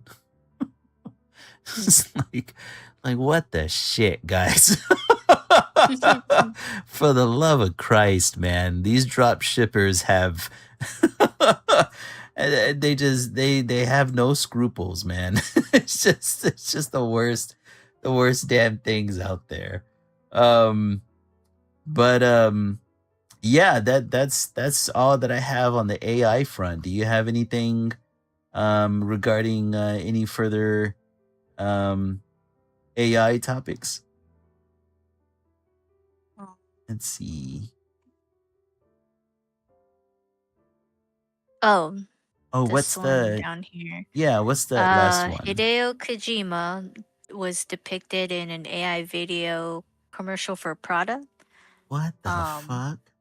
him and I think another director Uh-huh. that he works with. Um, this made many fans upset, and I'm not sure if he stated anything supporting it, Mm-hmm. but I mean, I think he hasn't said anything about using his likeness, so surely he is at least okay with it. That So, yeah. is so weird. Yeah. You should look at it. It's pretty bad. Yeah, I need to look into that because A, Hideo Kojima's like no stranger to like promoting his image, um, whether that be in his own properties or yeah, I mean like I love it whenever he gives reviews for movies that he goes to watch. Um, Hmm. but to be used for something like Prada, and Mm-hmm. it seemed as if like this wasn't totally he wasn't totally in the know about this. That's odd. That is No, odd. I think he knew Oh, about it. he did know about it. Okay. Yeah. Like Huh. because I didn't read anything that said, he was condemning it, Mhm. like how dare you use my likeness and stuff like Right. that. So I'm pretty sure he was on board with it. Oh, wow. That's Yeah, crazy. it is crazy. That why I don't know. I got to look into this cuz that's so odd. Like why would Prada use Hideo Kojima for their commercial? I don't know. Yeah, right? He's like the Why furthest thing away from being a the fashion the icon. the actual, what is it, targeted audience is not Yeah, yeah, that I going don't know if there's to. very much overlap there. Yeah. That's so odd, man. But okay, okay, I guess I'm gonna look Yeah, into you that gotta yeah, because you gotta look it up that's super because odd, I man. thought it was weird too. So I was like, what the heck is going on? AI is going nuts out there, I tell you. Mm-hmm. It's fucking going wild. Um, let me see here. You know what? I'll save those two for the end so we can end on something light. Um, all right, let's go into comic books here. I recently ran across something that I thought was interesting because it kind of has to deal with our field as well, right? Because we're independent artists, we're trying to sell we're trying to sell or gonna be selling products at some point. And I thought it was interesting to read this story about an established artist kind of bucking up against the trend or the paved road that a lot of artists go down. So let me give you the short of it all. This was reported by bleedingcool.com. Mike Mayhew, um, he wrote a manifesto for artists where he says to stop going to Comic Cons or conventions in general. Um, Okay. so Mike Mayhew, he's a comic book artist and an illustrator. He's best known for highly detailed photorealistic cover art, and he's worked on titles like The Amazing Spider-Man and Fantastic Four and Batman and Justice League. I mean, he's kind of been all over the place. But he recently released a statement, and I'm going to read it here. It's a short paragraph. He goes, fellow comic creators, stop giving away equity in your future and your brand. You don't need these half-assed part-time tourists who call themselves stores. Half of them can't handle it and crash into a wall from greed and stupidity and takes us and take us with them. Their interests are not in our best interests. You have wings that are being clipped. When you are exhausted after convention season, 60% of your energy will have been wasted on accommodating stores and fans. It's unnecessary. Think of your art. Wait, think of the art you could have made in the meantime. You are the proven innovator. You are the extraordinary talent. Don't kid yourself into thinking you need others to justify your success. And double your prices, goddammit.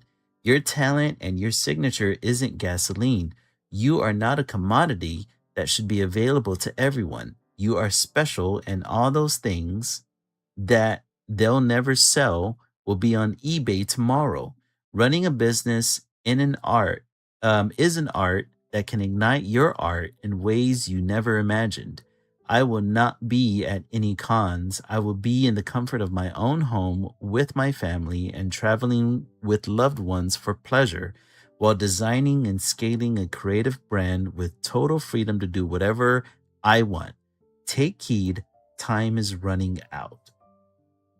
So these retailers or these stores that he's talking about here are mostly online retailers who arrange exclusive comic book covers for major titles by artists. They pay the artist, they pay the publisher, and then mark them up significantly for sale, especially if they can get the creator at these comic conventions to sign them, and then remark the sketch on their own covers to be slabbed and graded and then sold for even more. And so Mike Mayhew guy does all of that, but he does that from his own studio. So essentially, he's saying that going to comic conventions is not only a cost drain and a energy drain, but it allows people, people who come to your booth to get a signature or a sketch done. It allows those resellers to make more money off of you than what you're making for being there at the convention. And this can pretty much, I think this can be attributed to all conventions, right? Not just comic book conventions, but as well as anime conventions where you have an artist alley, right? Mm-hmm. What do you think about that? What do you think about this idea, like skip the conventions, work from home, and then you have more time to make your bag at home as opposed to at a convention? I think it's definitely up to the person. Yeah. Like, Mm-hmm. I think you can, because I think people do kind of get in the fantasy of. I mean, we have too, right? Of Yeah. the idea of going to a convention and making a lot of money, but Mm-hmm. it's just like he has a point. Like he's just trying to tell people, like, without telling people, like, Yeah. it's so costly. Like a lot of the times you might not even make your money back, stuff like Mm-hmm. that. Like, don't get disheartened by the idea that you'll make it big just by tabling, Mm-hmm. you know. Um so I agree, cuz like I was saying earlier, like you just kind of get caught in that fantasy of wanting to do this really cool, exciting thing, wanting to make money, Mm-hmm. like tons of money, and meeting a bunch of people who are like into the same thing as you. Surely, out in the open, out in person, Mm-hmm. like me facing these people, right? They will Right. buy my stuff, right? Like, of course. But like, yeah, I've heard so many people's stories, like, oh, I didn't make my money back for even just the expenses of going to Mm-hmm. the convention. That doesn't even count the cost of what it took to make the actual materials, right? Yeah. Yeah, exactly. Yeah, it's So, I got oh no, go ahead. I'll put in my 2 cents in a second. um, I mean, I think I was just gonna finish up my thought Mhm. that like he has a point. Like you shouldn't get too in the weeds of or too in the fantasy of wanting to do that sort of thing. Yeah. Yeah, I'm right there with you. I think he's making a there was a number of different artists that were kind of like bucking against his take. Hmm. Um and I think I'm of two minds of this one, right? Where I think that conventions if you're already an established artist or studio, right? Conventions are pretty much a drain for the kind of money that you can be making from home because you already have your audience, you already have your contracts, you already have your projects that are going through a number of different publishers or you're self-publishing. And so like yes, at that point conventions are very much a drain. Um and they start, they're you're essentially losing time to where you could be working on something else or like distributing something yourself and therefore making more money that way, right? Um but if you're not an established artist or studio, getting in front of people counts, right? But maybe, something I've always thought about is like maybe going down the traditional route is probably not the way to go, right? Because it is a money drain to do that. It is like to have a booth at even a small convention is going to cost you anywhere between $400 to $500, and we're talking about a small booth. And that's not including all the materials that you got to haul around with you, how you're going to be displaying your artwork or properties, how long are you going to be at the convention?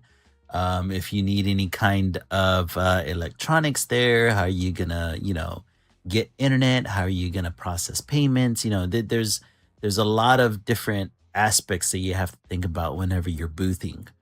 Um, but there's also something I've been thinking a lot about lately too as artists is a guerrilla warfare version of going to a convention, right? Because it is good to be around fans. It is good to kind of, get face to face with people and kind of sell, your product, right? But nobody ever said that you always have to do it in a booth. Right? That's the beauty of our modern age. You can do Mhm. everything in the Yeah. comfort of your home. Well, not only that, but I've always had this thought of like, well, what's to stop me from going to a convention to enjoy the convention as an attendee, but like haul my shit around, right? Like haul some artwork around, make a t-shirt, or make a poster or go and cosplay and get attention and talk to people or even stage a meetup at a convention with, people who are fans of yours. And and kind of like, sell your wares on the side while you're perusing through a convention. As far as I know, there's no rules against that. I don't think. You're Mm, essentially a traveling solicitor. yeah, isn't soliciting against I don't know. laws? Like actual laws? Like, Oh, like real laws? yes, I don't I think that's actually against it's can't do like it that. is that against the law to do that at a convention? I think you can technically get kicked out if it annoys enough people. Like, True, pretty sure if you're like annoying with it, people would just be like, why don't you have a table like a normal person? right? And then they'll just report you. That's Like, if you're annoying with it. I don't know, like I I don't know. I think I I don't find it know. annoying. You would find it annoying if somebody was like selling their stuff on the floor as opposed to being in a booth? Yes, Hmm, I I would don't be annoyed know. by it. I don't know. I Unless would I knew who you were. right. I if I don't know who you are, I'd be like, "Why don't you have a table like a normal person?" I don't know. I just kind of see that as just as just being a little bit smarter as opposed to, cuz boothing is so freaking expensive. It And you're is. and you're lucky if you even break even out of it, right?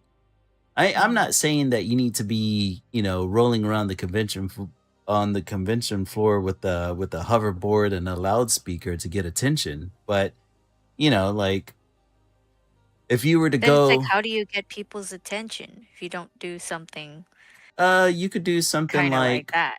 like cosplaying.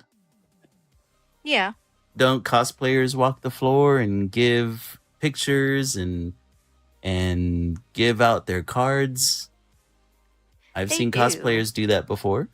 So why Yeah, can't an they do. artist? That's true.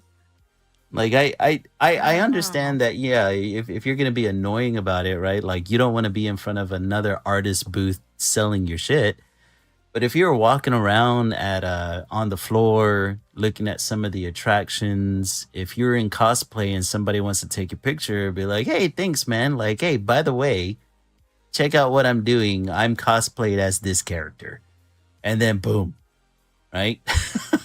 Sales pitch. And you just keep doing that.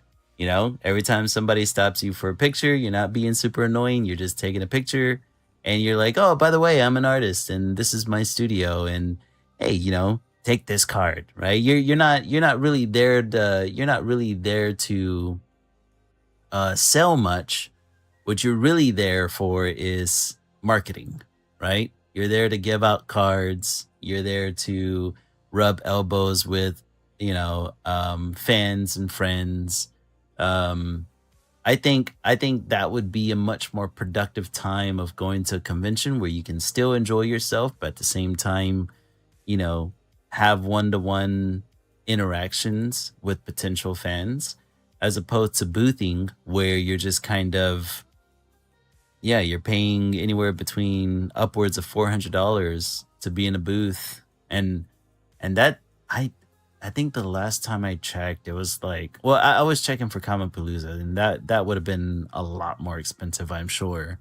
Um, but yeah, I mean, you're boothing, and you're all you're given is a space and a table, right? Everything else you're on the lam for, you know.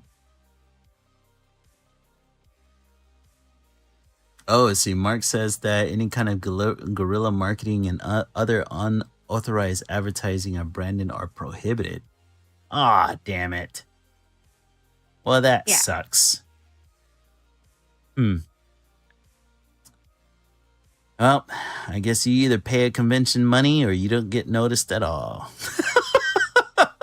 Yeah, I just think like, I think people who did do that sort of thing, Mm-hmm.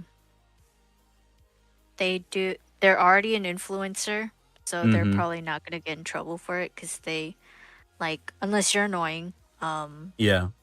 And then people who like hand out their stuff, like Yeah. their business cards or whatever, they just kind of leave it on a table and then they don't like draw attention to themselves, you know? Yeah. Like um that's how I've seen it done because like I well, I don't really ask people for their pictures at conventions. Mm-hmm. Um unless the only time I'll take pictures of other cosplayers is when they're already posing, so I'll Yeah. just quickly snap a picture. Mm-hmm. But yeah, I don't think I've ever had like a cosplayer like saw a cosplayer be like, "Oh, by the way, look at this thing," you know? That sort of thing. Oh, Um you've never had a cosplayer like give you contact info? or give people like when I'm observing them. I've never Uh-huh. seen someone like do that. Oh. Huh. Mhm. Well, I guess I've taken pictures of some cosplayers at conventions, um, and they've given me their card before. Hmm. Um, I didn't see anything wrong with it because I was just like, yeah, man, like advertise yourself. I mean, Um, it makes sense to me. yeah, that makes a lot more sense to be able to go to a convention where there's other like-minded people and being able to advertise yourself or your business. Because like I said, like it just kind of feels, I don't know, that that rubs me the wrong way a little bit, where it's like, oh well, you can't um you can't market yourself, or you can't share what you do with other people who also like the things that you do unless you're paying us money to do it. I don't know, that sounds like bullshit to me. Well, they just want to make money at the end of the day. Like Yeah, I think the yeah. only way you'd get caught is someone like you're being really loud about it and Right, someone right. who works there Mhm. who has to stop you stops you, right? Yeah, Or yeah. if you're doing it and then someone who happens to know the rules and feels like being a party pooper and Mhm. a tattletale decides to just tell on you, Yeah. like there's that sort of thing. Like I think a lot of people would just not really mind it all that much.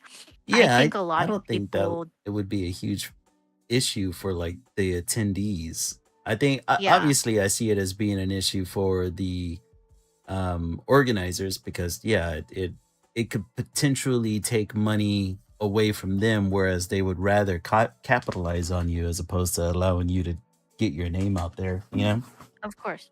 Yeah. hmm Um hmm yeah. I'm just trying to think from a con goer, would they actually do it? And I think it's a mixed bag. You kind yeah, of have to expect that some people would just be like, "Oh, cool, thanks," and then they take it and throw it away, or hmm or they're like, "Oh man, they were so nice. Of course, I'm gonna go check out their thing," or yeah, that sort yeah, of thing. So yeah, it's that definitely a mixed bag. yeah, it's one of those things, like, that's the way I always kind of imagined it, right? Where it's like, yeah, you're talking to people, you have everybody of common interest, and you're just like, "Hey, I'm doing this thing." And you just kind of, you know, give away you know, like a little card. And obviously with all kinds of marketing, you always run the risk of, yeah, they're just going to throw it away as soon as they walk away, or if they liked it enough, or if they, if you have artwork on the little card or brochure that you give over to them, or a QR code or something to that degree, that could interest them enough to where um they want to look further into what you're doing, because I've seen people, it's like I said, I've seen cosplayers walk around, and they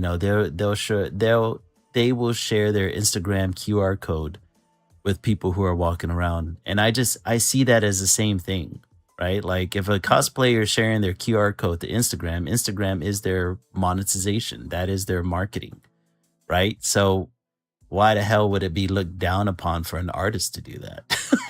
Mhm. An artist where the entire convention's based off of the very thing that you do. Mhm. It's like, I don't know. Like I would figure that that would be okay. Well, granted, obviously, you know, from the other side of this, you're also looking at, yes, you're not authorized to do it. Um, the convention isn't monetizing your marketing.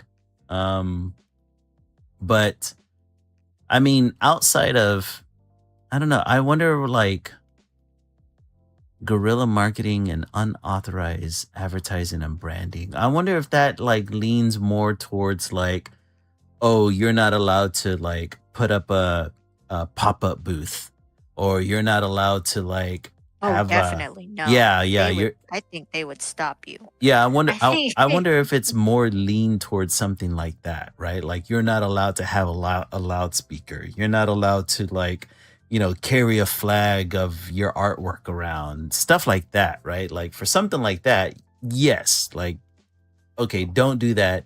You're being annoying. You don't you're being a disruption more so than what you should be doing, which is like getting face-to-face marketing, right?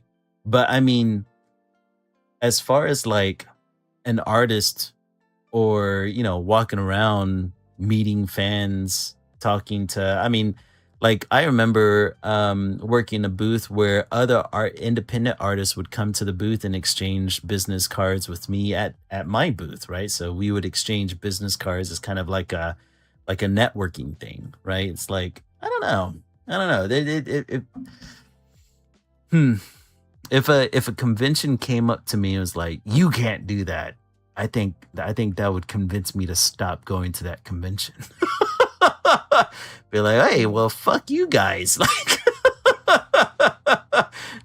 Like this is one of the few events where like every liked mind individual is here to have fun and kind of like experience something, and you're just gonna shit on it like this just because you're not making money. Like, hey, I already paid my money to get in here. Like, fuck you. But what this artist kind of brings up is like, I don't know, like a lot of artists that kind of was arguing against him were saying that they like going to cons, they like getting face to face with fans. Um, but he was kind of pointing out that he gets the same interaction online. Do you think, which one do you think is more valuable, on the online interaction or getting face to face at cons? I mean, as someone who kind of just doesn't like talking to people, um, I think I like the The the online internet. interaction. Yeah, I like that Fair you enough. can. So, I mean, yeah, like I said earlier, it Mm-hmm. definitely depends on the person.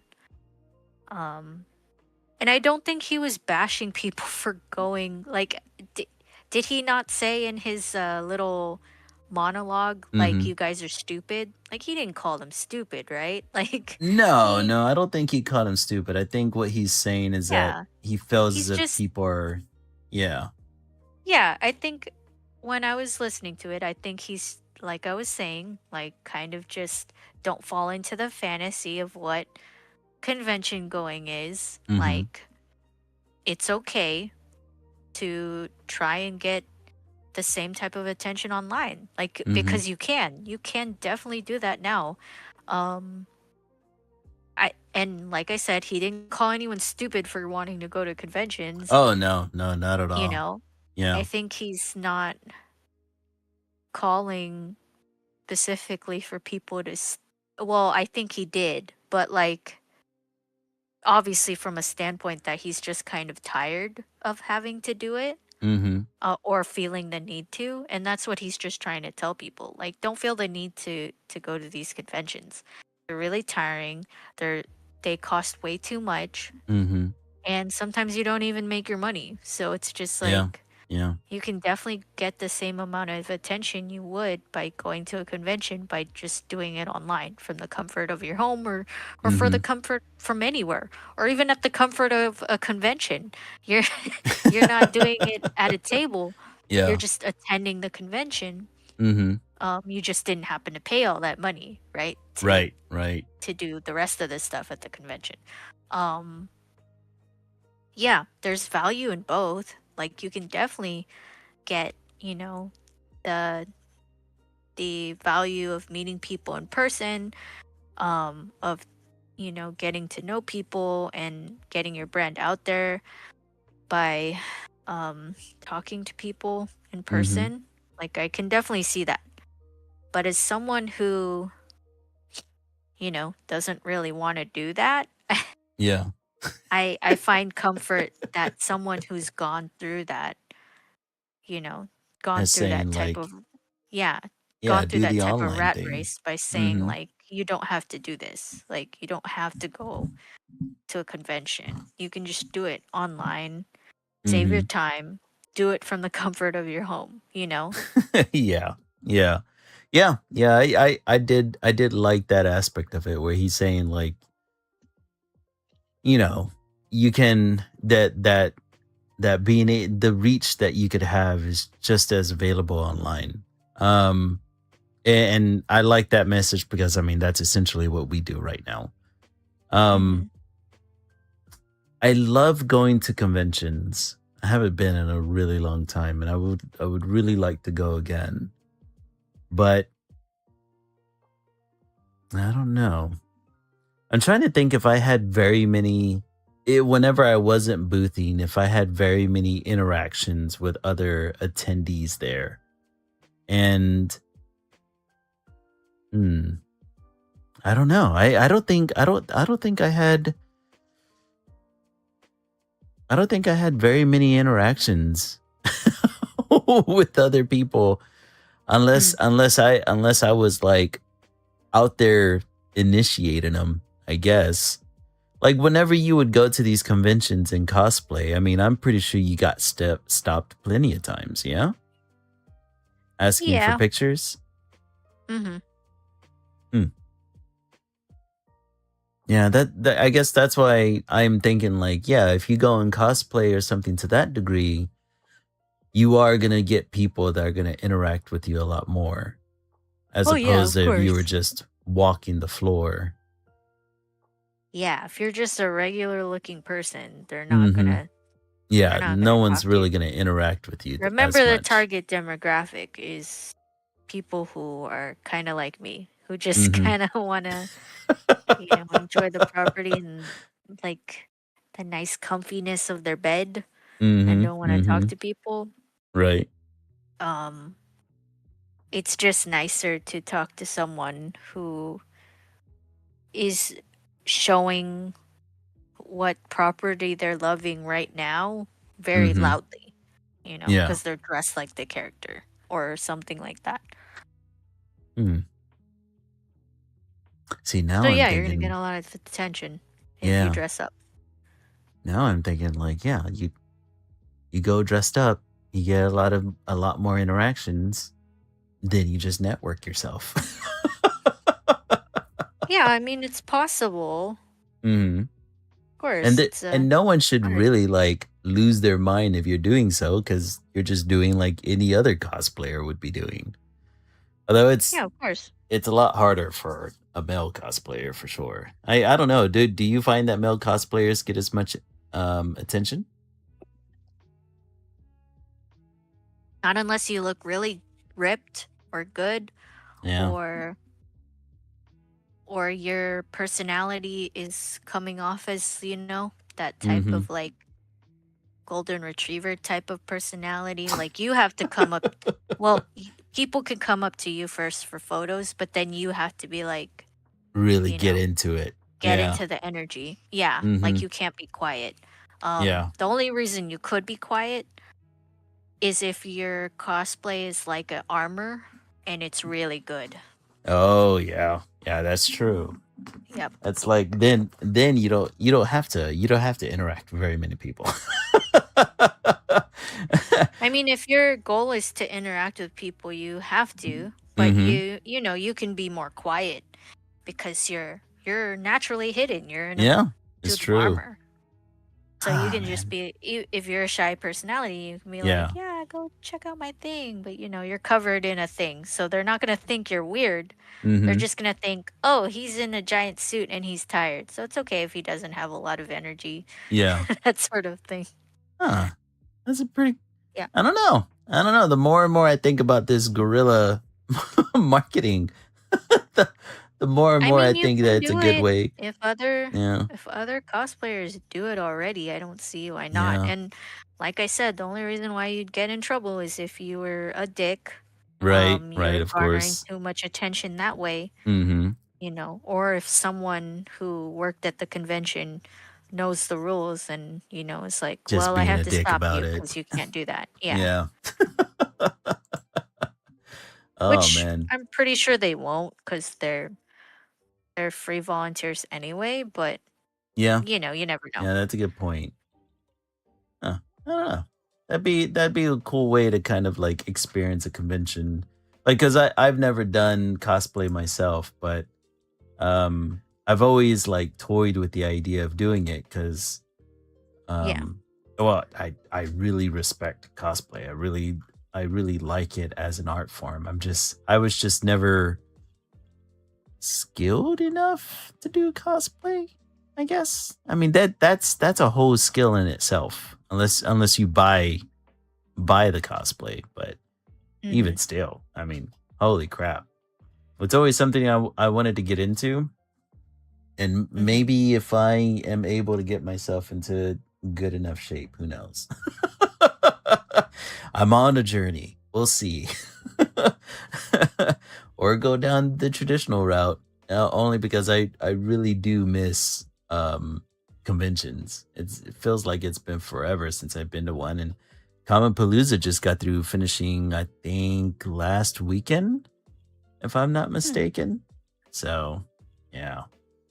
Yeah, I miss it. I miss it. I want to be around nerds and nerdy things again. Um, let's see here. We have about 4 minutes before the hour. Is there any topic that you wanted to go over?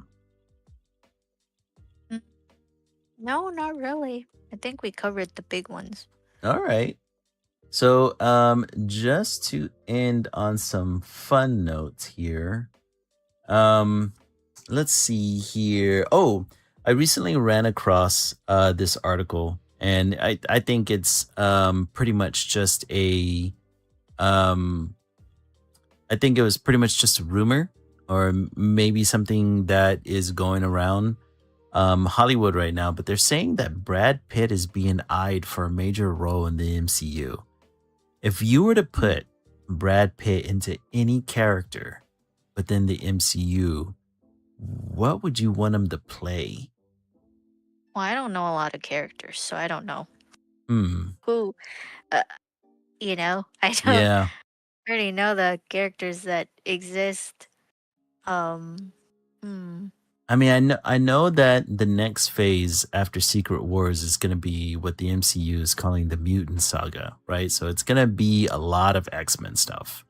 Um and did you catch that the X-Men 97 season 2 trailer No.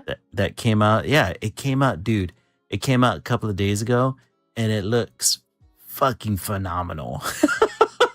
Mm. Did you watch that series at all whenever it first came out? The first season? No. No? Dude, you Mm-mm. gotta, well, I I mean, don't watch. I don't watch a lot of comic book properties. what about like true. I figured since it was animated you'd be a little bit more interested, cuz do you like the X-Men property at all? I liked them when I was a kid. Mhm. But you I haven't really liked watched them more.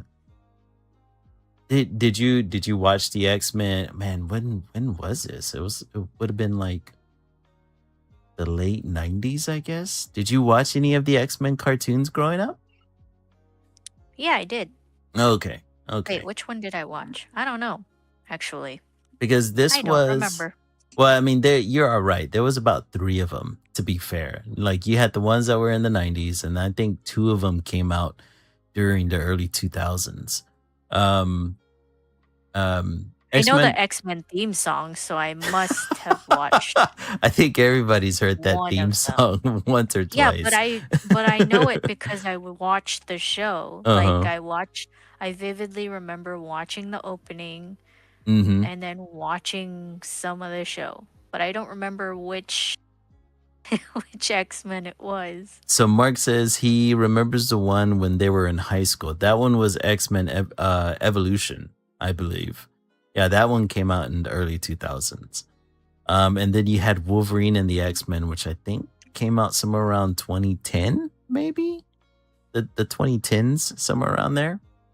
But the show that's coming out right now, the X-Men 97, that comes directly from, that's almost like a direct sequel to the 90s X-Men, where you get a lot Hmm. of the classic teams. And dude, season 1 was so good. Season 2, I mean, season 2 was just as good as well. And season 3 is going to be coming out soon. That was the trailer that they recently released. But yeah, if you like the X-Men at all, man, like the animation that's coming out of Disney animation for this is fucking phenomenal. Like I've They did a really good job at kind of like transferring a lot of the original designs from the original X-Men series, but now they're starting to implement a lot of the comic book stories that came out after the fact. And man, it looks like they're really tapping into the comic bookness of it all, and I fucking love it. Okay. So if they were to put Brad Pitt in anywhere in that universe, it would have to be like, I don't know, what the hell could he play? I mean, crap. Cause he's Brad Pitt. Brad Pitt. Cause he's He's kind of already old now. yeah, he's already in his 50s now. I wonder hmm. I wonder what they would um He's the new Wolverine. They finally damn it. retired. They They finally finally did it. retired Hugh Jackman. Well, how old is Hugh Jackman? Oh shit, he's about the same age. Hugh Yeah, so Jackman's they got to can't be somewhere retire in his Hugh 50s. Jackman. He's gonna do that until he's 90. That's what they said. That's what Deadpool said. Yeah, I wonder what they would get Brad Pitt for. Like maybe they're looking at him for Professor X. I don't know. Seriously, that'd be crazy. That or would be such a diversion from what he usually plays. or you know what would be really interesting? If they went down the villain route and they had him play like Mr. Sinister or something. I would love to see Brad Pitt Oh, as a okay. bad guy. You know Yeah. what I mean? Cuz you never right like almost every He's the good property, guy. yeah, he's always been the good guy. Like I would love to see him as like, oh dude, Hugh Jackman's 57. Jesus Christ. He's not It would gonna be crazy. It would be Mhm. crazy to see him play Gambit. Everyone would lose Oh, their mind. dude, they would lose their mind out over Because it's that. just like, are you serious? You got the perfect person to play Gambit, and then you go for Brad Pitt. Like, what the heck? Like, you did the test run, and you still picked the wrong person to play Right? Gambit. But yeah, I think it would be interesting if they found him a really good role. Like I would love to see him play a villain role. Like that would be really cool. Um Brad Pitt is 62. Jesus. He's older? Yes. That's crazy. That is nuts. That makes me feel old. Damn it. Why does that make you feel old? Well, because I you know, like I grew up essentially watching Brad Pitt since he was a baby, right? Like the first thing I ever saw Brad Pitt in was like what, Friends? Whenever he had a stint for a short time as one of the boyfriends. And then I remember like the first movie I ever saw Brad Pitt in was Interview with a Vampire. And that was like what, like the 90s? Somewhere around Yeah, that was probably my first time seeing Brad Pitt. yeah. Yeah, that was probably like the second time I had ever seen him. And then seeing that and like, you know, as the years have gone on to now find out he's like 62. Jesus Christ. that's that's like all of the celebrities that I grew up with are now hella old. Like my favorite musician, did you hear that A Perfect Circle just got through releasing a single? Do you know, first of all, do you know who A Perfect No. Circle is? Yeah. I'm about to Ah, say, come who on, you're the part of heck the is alt that? scene and you don't know who A Perfect Circle is, bro? I'm gonna be honest, I don't know a lot of the alt like music Oh, the other music? than Mm,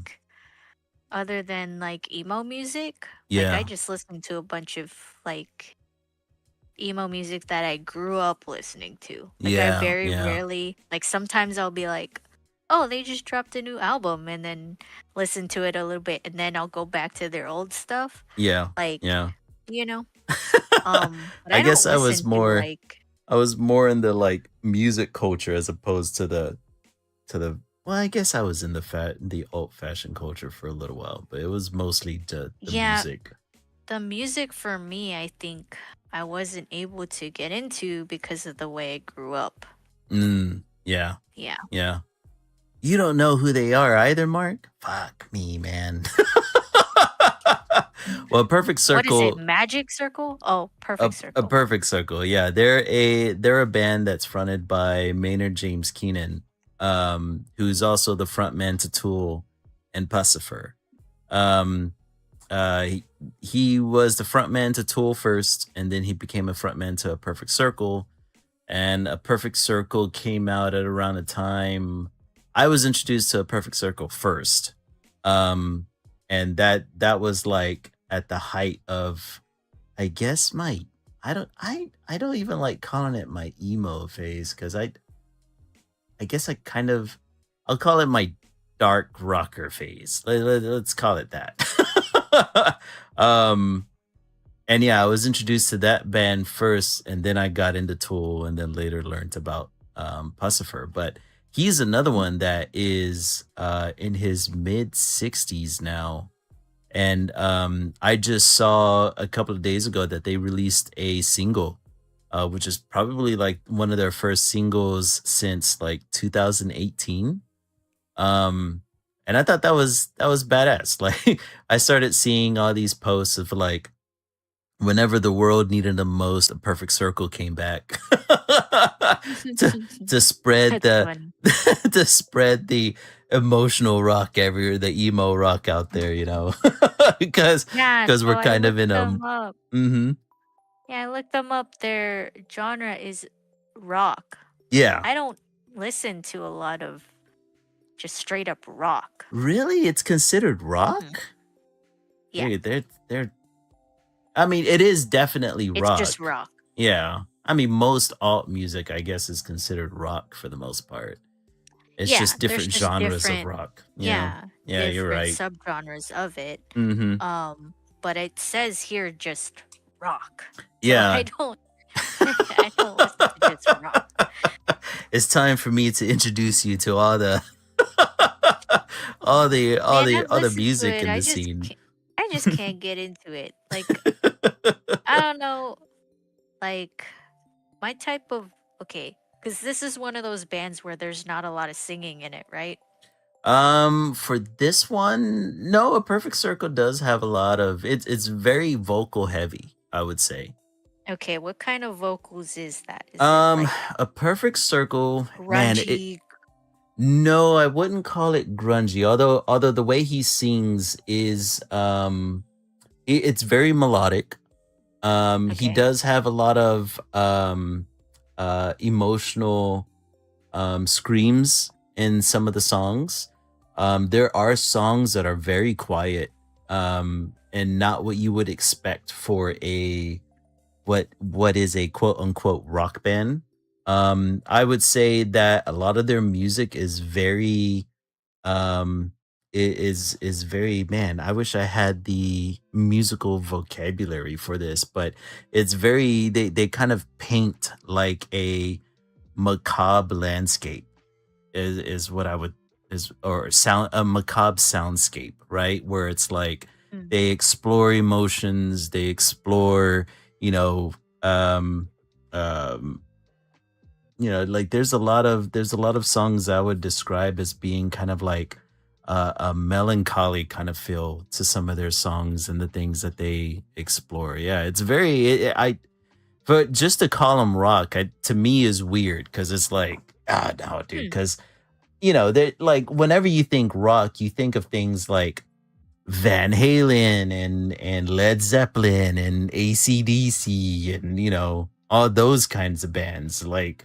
or you think of like Metallica, or you think of like your traditional rock, bands. But the Perfect Circle is way different, even though they do have aspects of rock, obviously, right? Like, this is very guitar heavy, very synth heavy, very vocal heavy in some songs, but definitely not, uh I wouldn't call it traditional rock. Hmm. Yeah, yeah. Mark says that according to Wikipedia, they call them alt rock, rock, alternative metal. Yeah, I say that's a little bit closer. Art rock is a good Yeah, way to explain. alternative metal sounds Hmm. like what you're trying to Yeah. describe. Yeah, for sure. For sure. There's a lot more melody. Um but yeah, yeah, it's they were at the they were a band that I was a fan of, man, at a very young age. And it's interesting. Like how I was talking about how like a lot of people are up there in age that I was huge fans of whenever I was younger, and that's definitely one of them. Like a lot of them are in their mid 60s now, man. It's brutal. The march of time is endless Hmm. and ever present. Oh man. But I guess we'll just leave it there on a high note. We are a couple of minutes past the hour. So if you want to close this out. Did you want to go over our artwork first?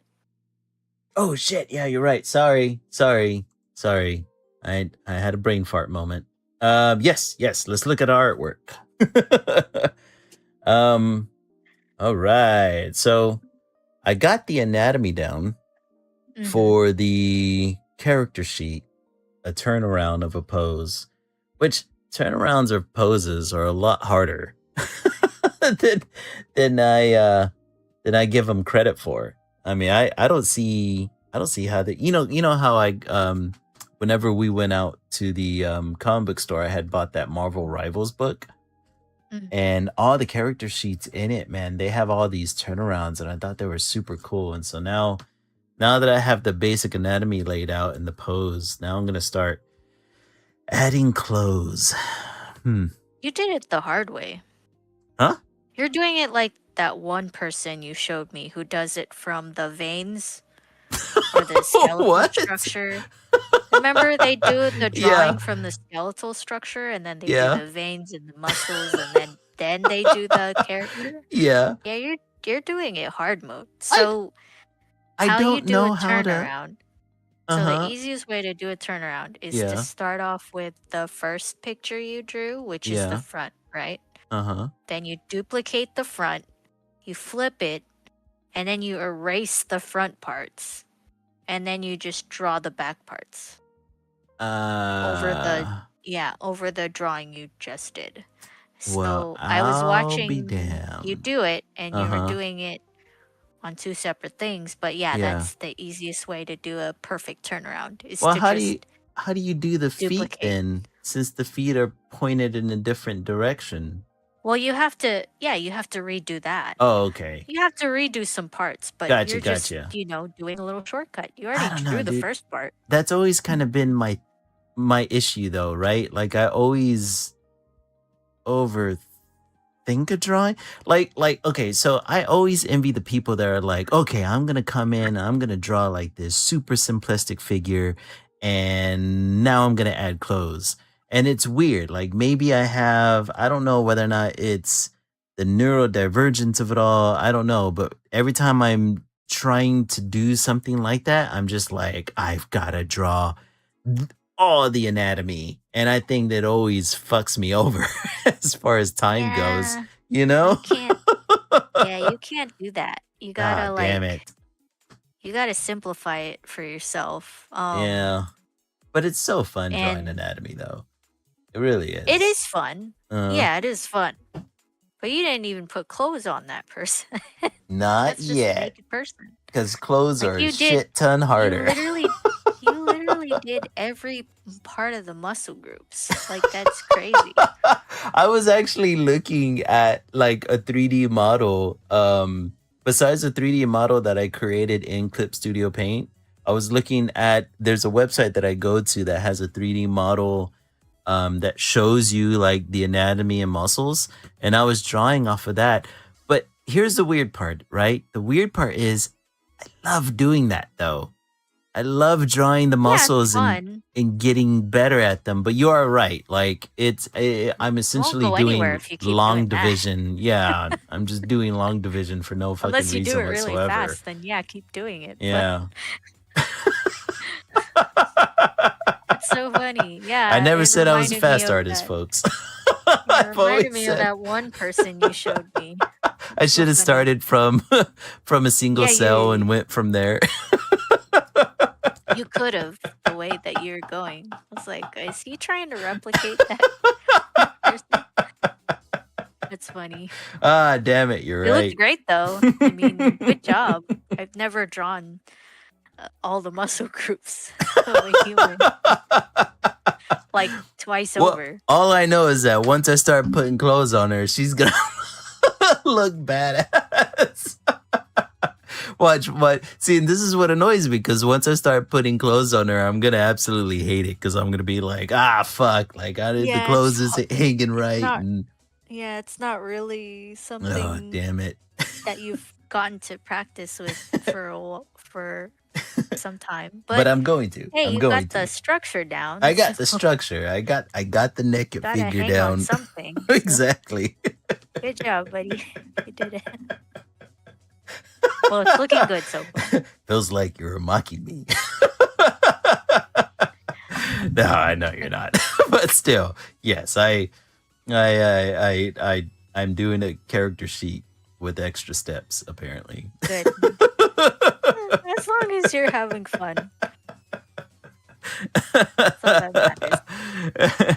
And look at you with a whole ass figure and shit, clothes and Oh, all. well, I've I started with her already drawn out. I Mm-hmm. was just cleaning up the line work for coloring. Yeah. Um, and I just can't. I don't know. I used a reference for this pose. Mm-hmm. Um, it's just the feet that I can't. And the Oh, I reference, see what you like mean. this is such a cool pose, but sadly Yeah. the reference is of a child fencer. So Oh. like I had to before this I had to fix the proportions and stuff like that because she's an adult. So And the feet placement, I can see how that would be a little bit hard because it yeah, look the back leg. There's a leg that's crossing behind it. I see yeah. what you mean. Ah, damn it. Yeah, It's you like this chose is a a tough little one. harder. Yeah, Yeah. it's a little harder when she's wearing heels and Mm-hmm. she's a taller human and Yeah.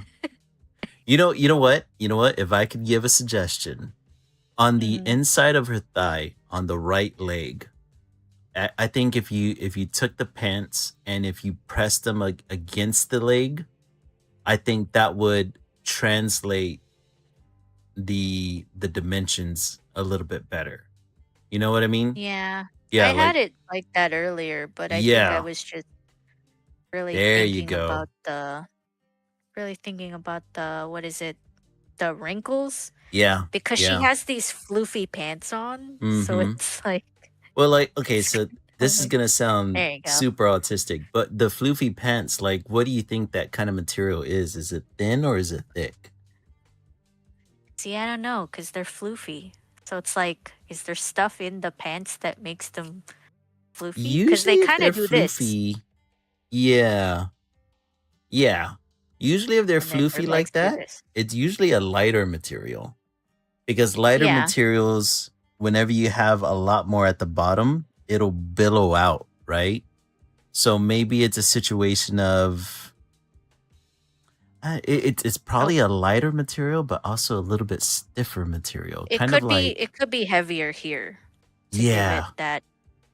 that look. But I think the way the legs are positioned, the material would still be pushed against the leg, and maybe the Oh wrinkles yeah, wouldn't be as thick. Maybe the wrinkles would be maybe a little bit thinner, so you can give yourself some grace with the wrinkles on that right leg, and then make the left leg the real. Will you actually, apply the wrinkles a think little I bit need to. more to give it more Yeah, dimension? You know what I because her mean? leg goes like this. Yeah, Her there leg you goes like go. this. Mm-hmm. So the crinkle will actually be here.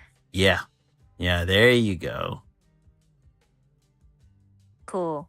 See, this is what we artists have to take into consideration every time we're doing.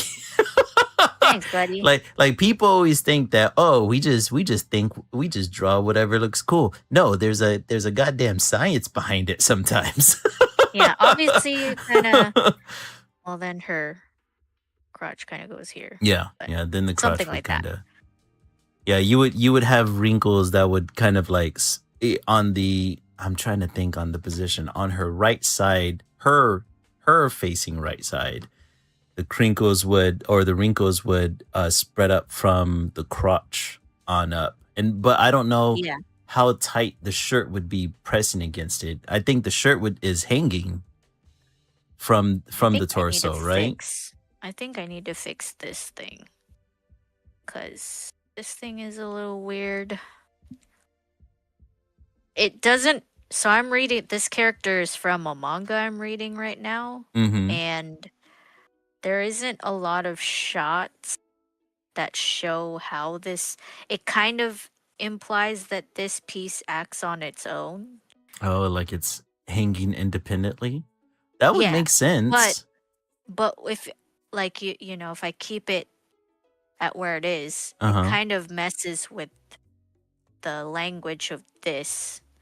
Not So I have yeah. to adjust it Honestly, I don't just think for it artistic does. license. Yeah, I don't think it messes with it much. What I like about it is that that torso piece, the way it hangs, it allows the pants underneath it to just kind of do its thing, and it adds dimension. Yeah. You know what I mean? So like Yeah. you can add the folds around the crotch and hip area without ever having to consider that torso piece, and then it makes it a little bit more it gives it a little bit more depth because now you see the torso piece as being the front and it's not affecting the pants. And now it makes sense that the left leg is behind the right, right? Like almost like a dance move. And how Yeah. the torso's arched. So now that hanging piece makes more sense as it's laying there. I think it looks a lot better like that actually. Unless it's Yeah. supposed to be attached to the pants, but I think it looks It's I better at think not. yeah, I think I'll look at more of the manga. To answer your question mark, it's Ichi the Witch. Mm. And it's pretty good. It's a little silly manga, a nice little step away from all the serious manga. So or anime. So pretty Right. good. What anime have you been watching lately? Um I've been watching Marriage Toxin, Mhm. um Demons of the Shadow Realm. Right. I think that's it. And maybe tonight I'll start watching the third part Oh of yeah. Dr. Stone Dr. because you Stone. reminded me it existed. So Mhm. thank you for that. Well, I let's see, this past week I watched I finished well, I guess I'm almost finished with Dr. Stone. There's one more episode that's coming out. And I finally finished the last season to Free Ren. So after Oh, okay. yeah, after I was done with Free Ren, I was like, man, I need something light to watch that's not so existential. Hmm. Yeah. Cause Jesus Christ, man, Free Ren makes you look at your mortality constantly. Yeah. It's weird. It's like it's a nice feel good. The vibes are feel good for Free Ren, but the themes are definitely like, guess what? You're mortal. But it makes you, like I was saying earlier, like Mhm. the idea that life is so short, Yeah. that you only have this time with the people that you know. Um, it really you have a like an appreciation for it. And Mhm. that's the fun of Frieren is that she lives that long. She finally is learning to appreciate her time with Himmel Yeah. and her previous party. So it makes you feel, yeah, it makes you feel existential, but it also is just like, wow, like I, what a privilege it is to live like this life, even True. though shitty stuff is happening. But Right. like you got to look on the bright side. Like you're here. You know, there's got to be some meaning to that. Yeah, yeah, it helps you it points out that there's purpose outside of the Hmm. short life that we live. Yeah. But anyways, that feels like a good place to end the stream. Thanks for joining us again today, you guys. You can find Eso at Eso Art Studio on Instagram, TikTok, and Threads, or any of the other social media places that he has. They're all down below. You can follow me at Lily Lilac Draws on Instagram, Threads, Tumblr, or TikTok. You can find our pieces there um, sometime this week. Are you posting yours this week or? I plan on posting the coloring for Left on Monday. Okay, Hmm. cool. Any pieces that we decide to post up, you can find them on our social medias. All links are down below. If you'd like to donate, our coffee page is also down below. Anything is appreciated.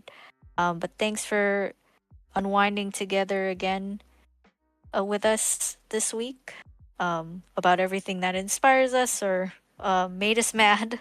All We'll right. see you next time. And remember, guys, stay creative. Peace. Bye bye.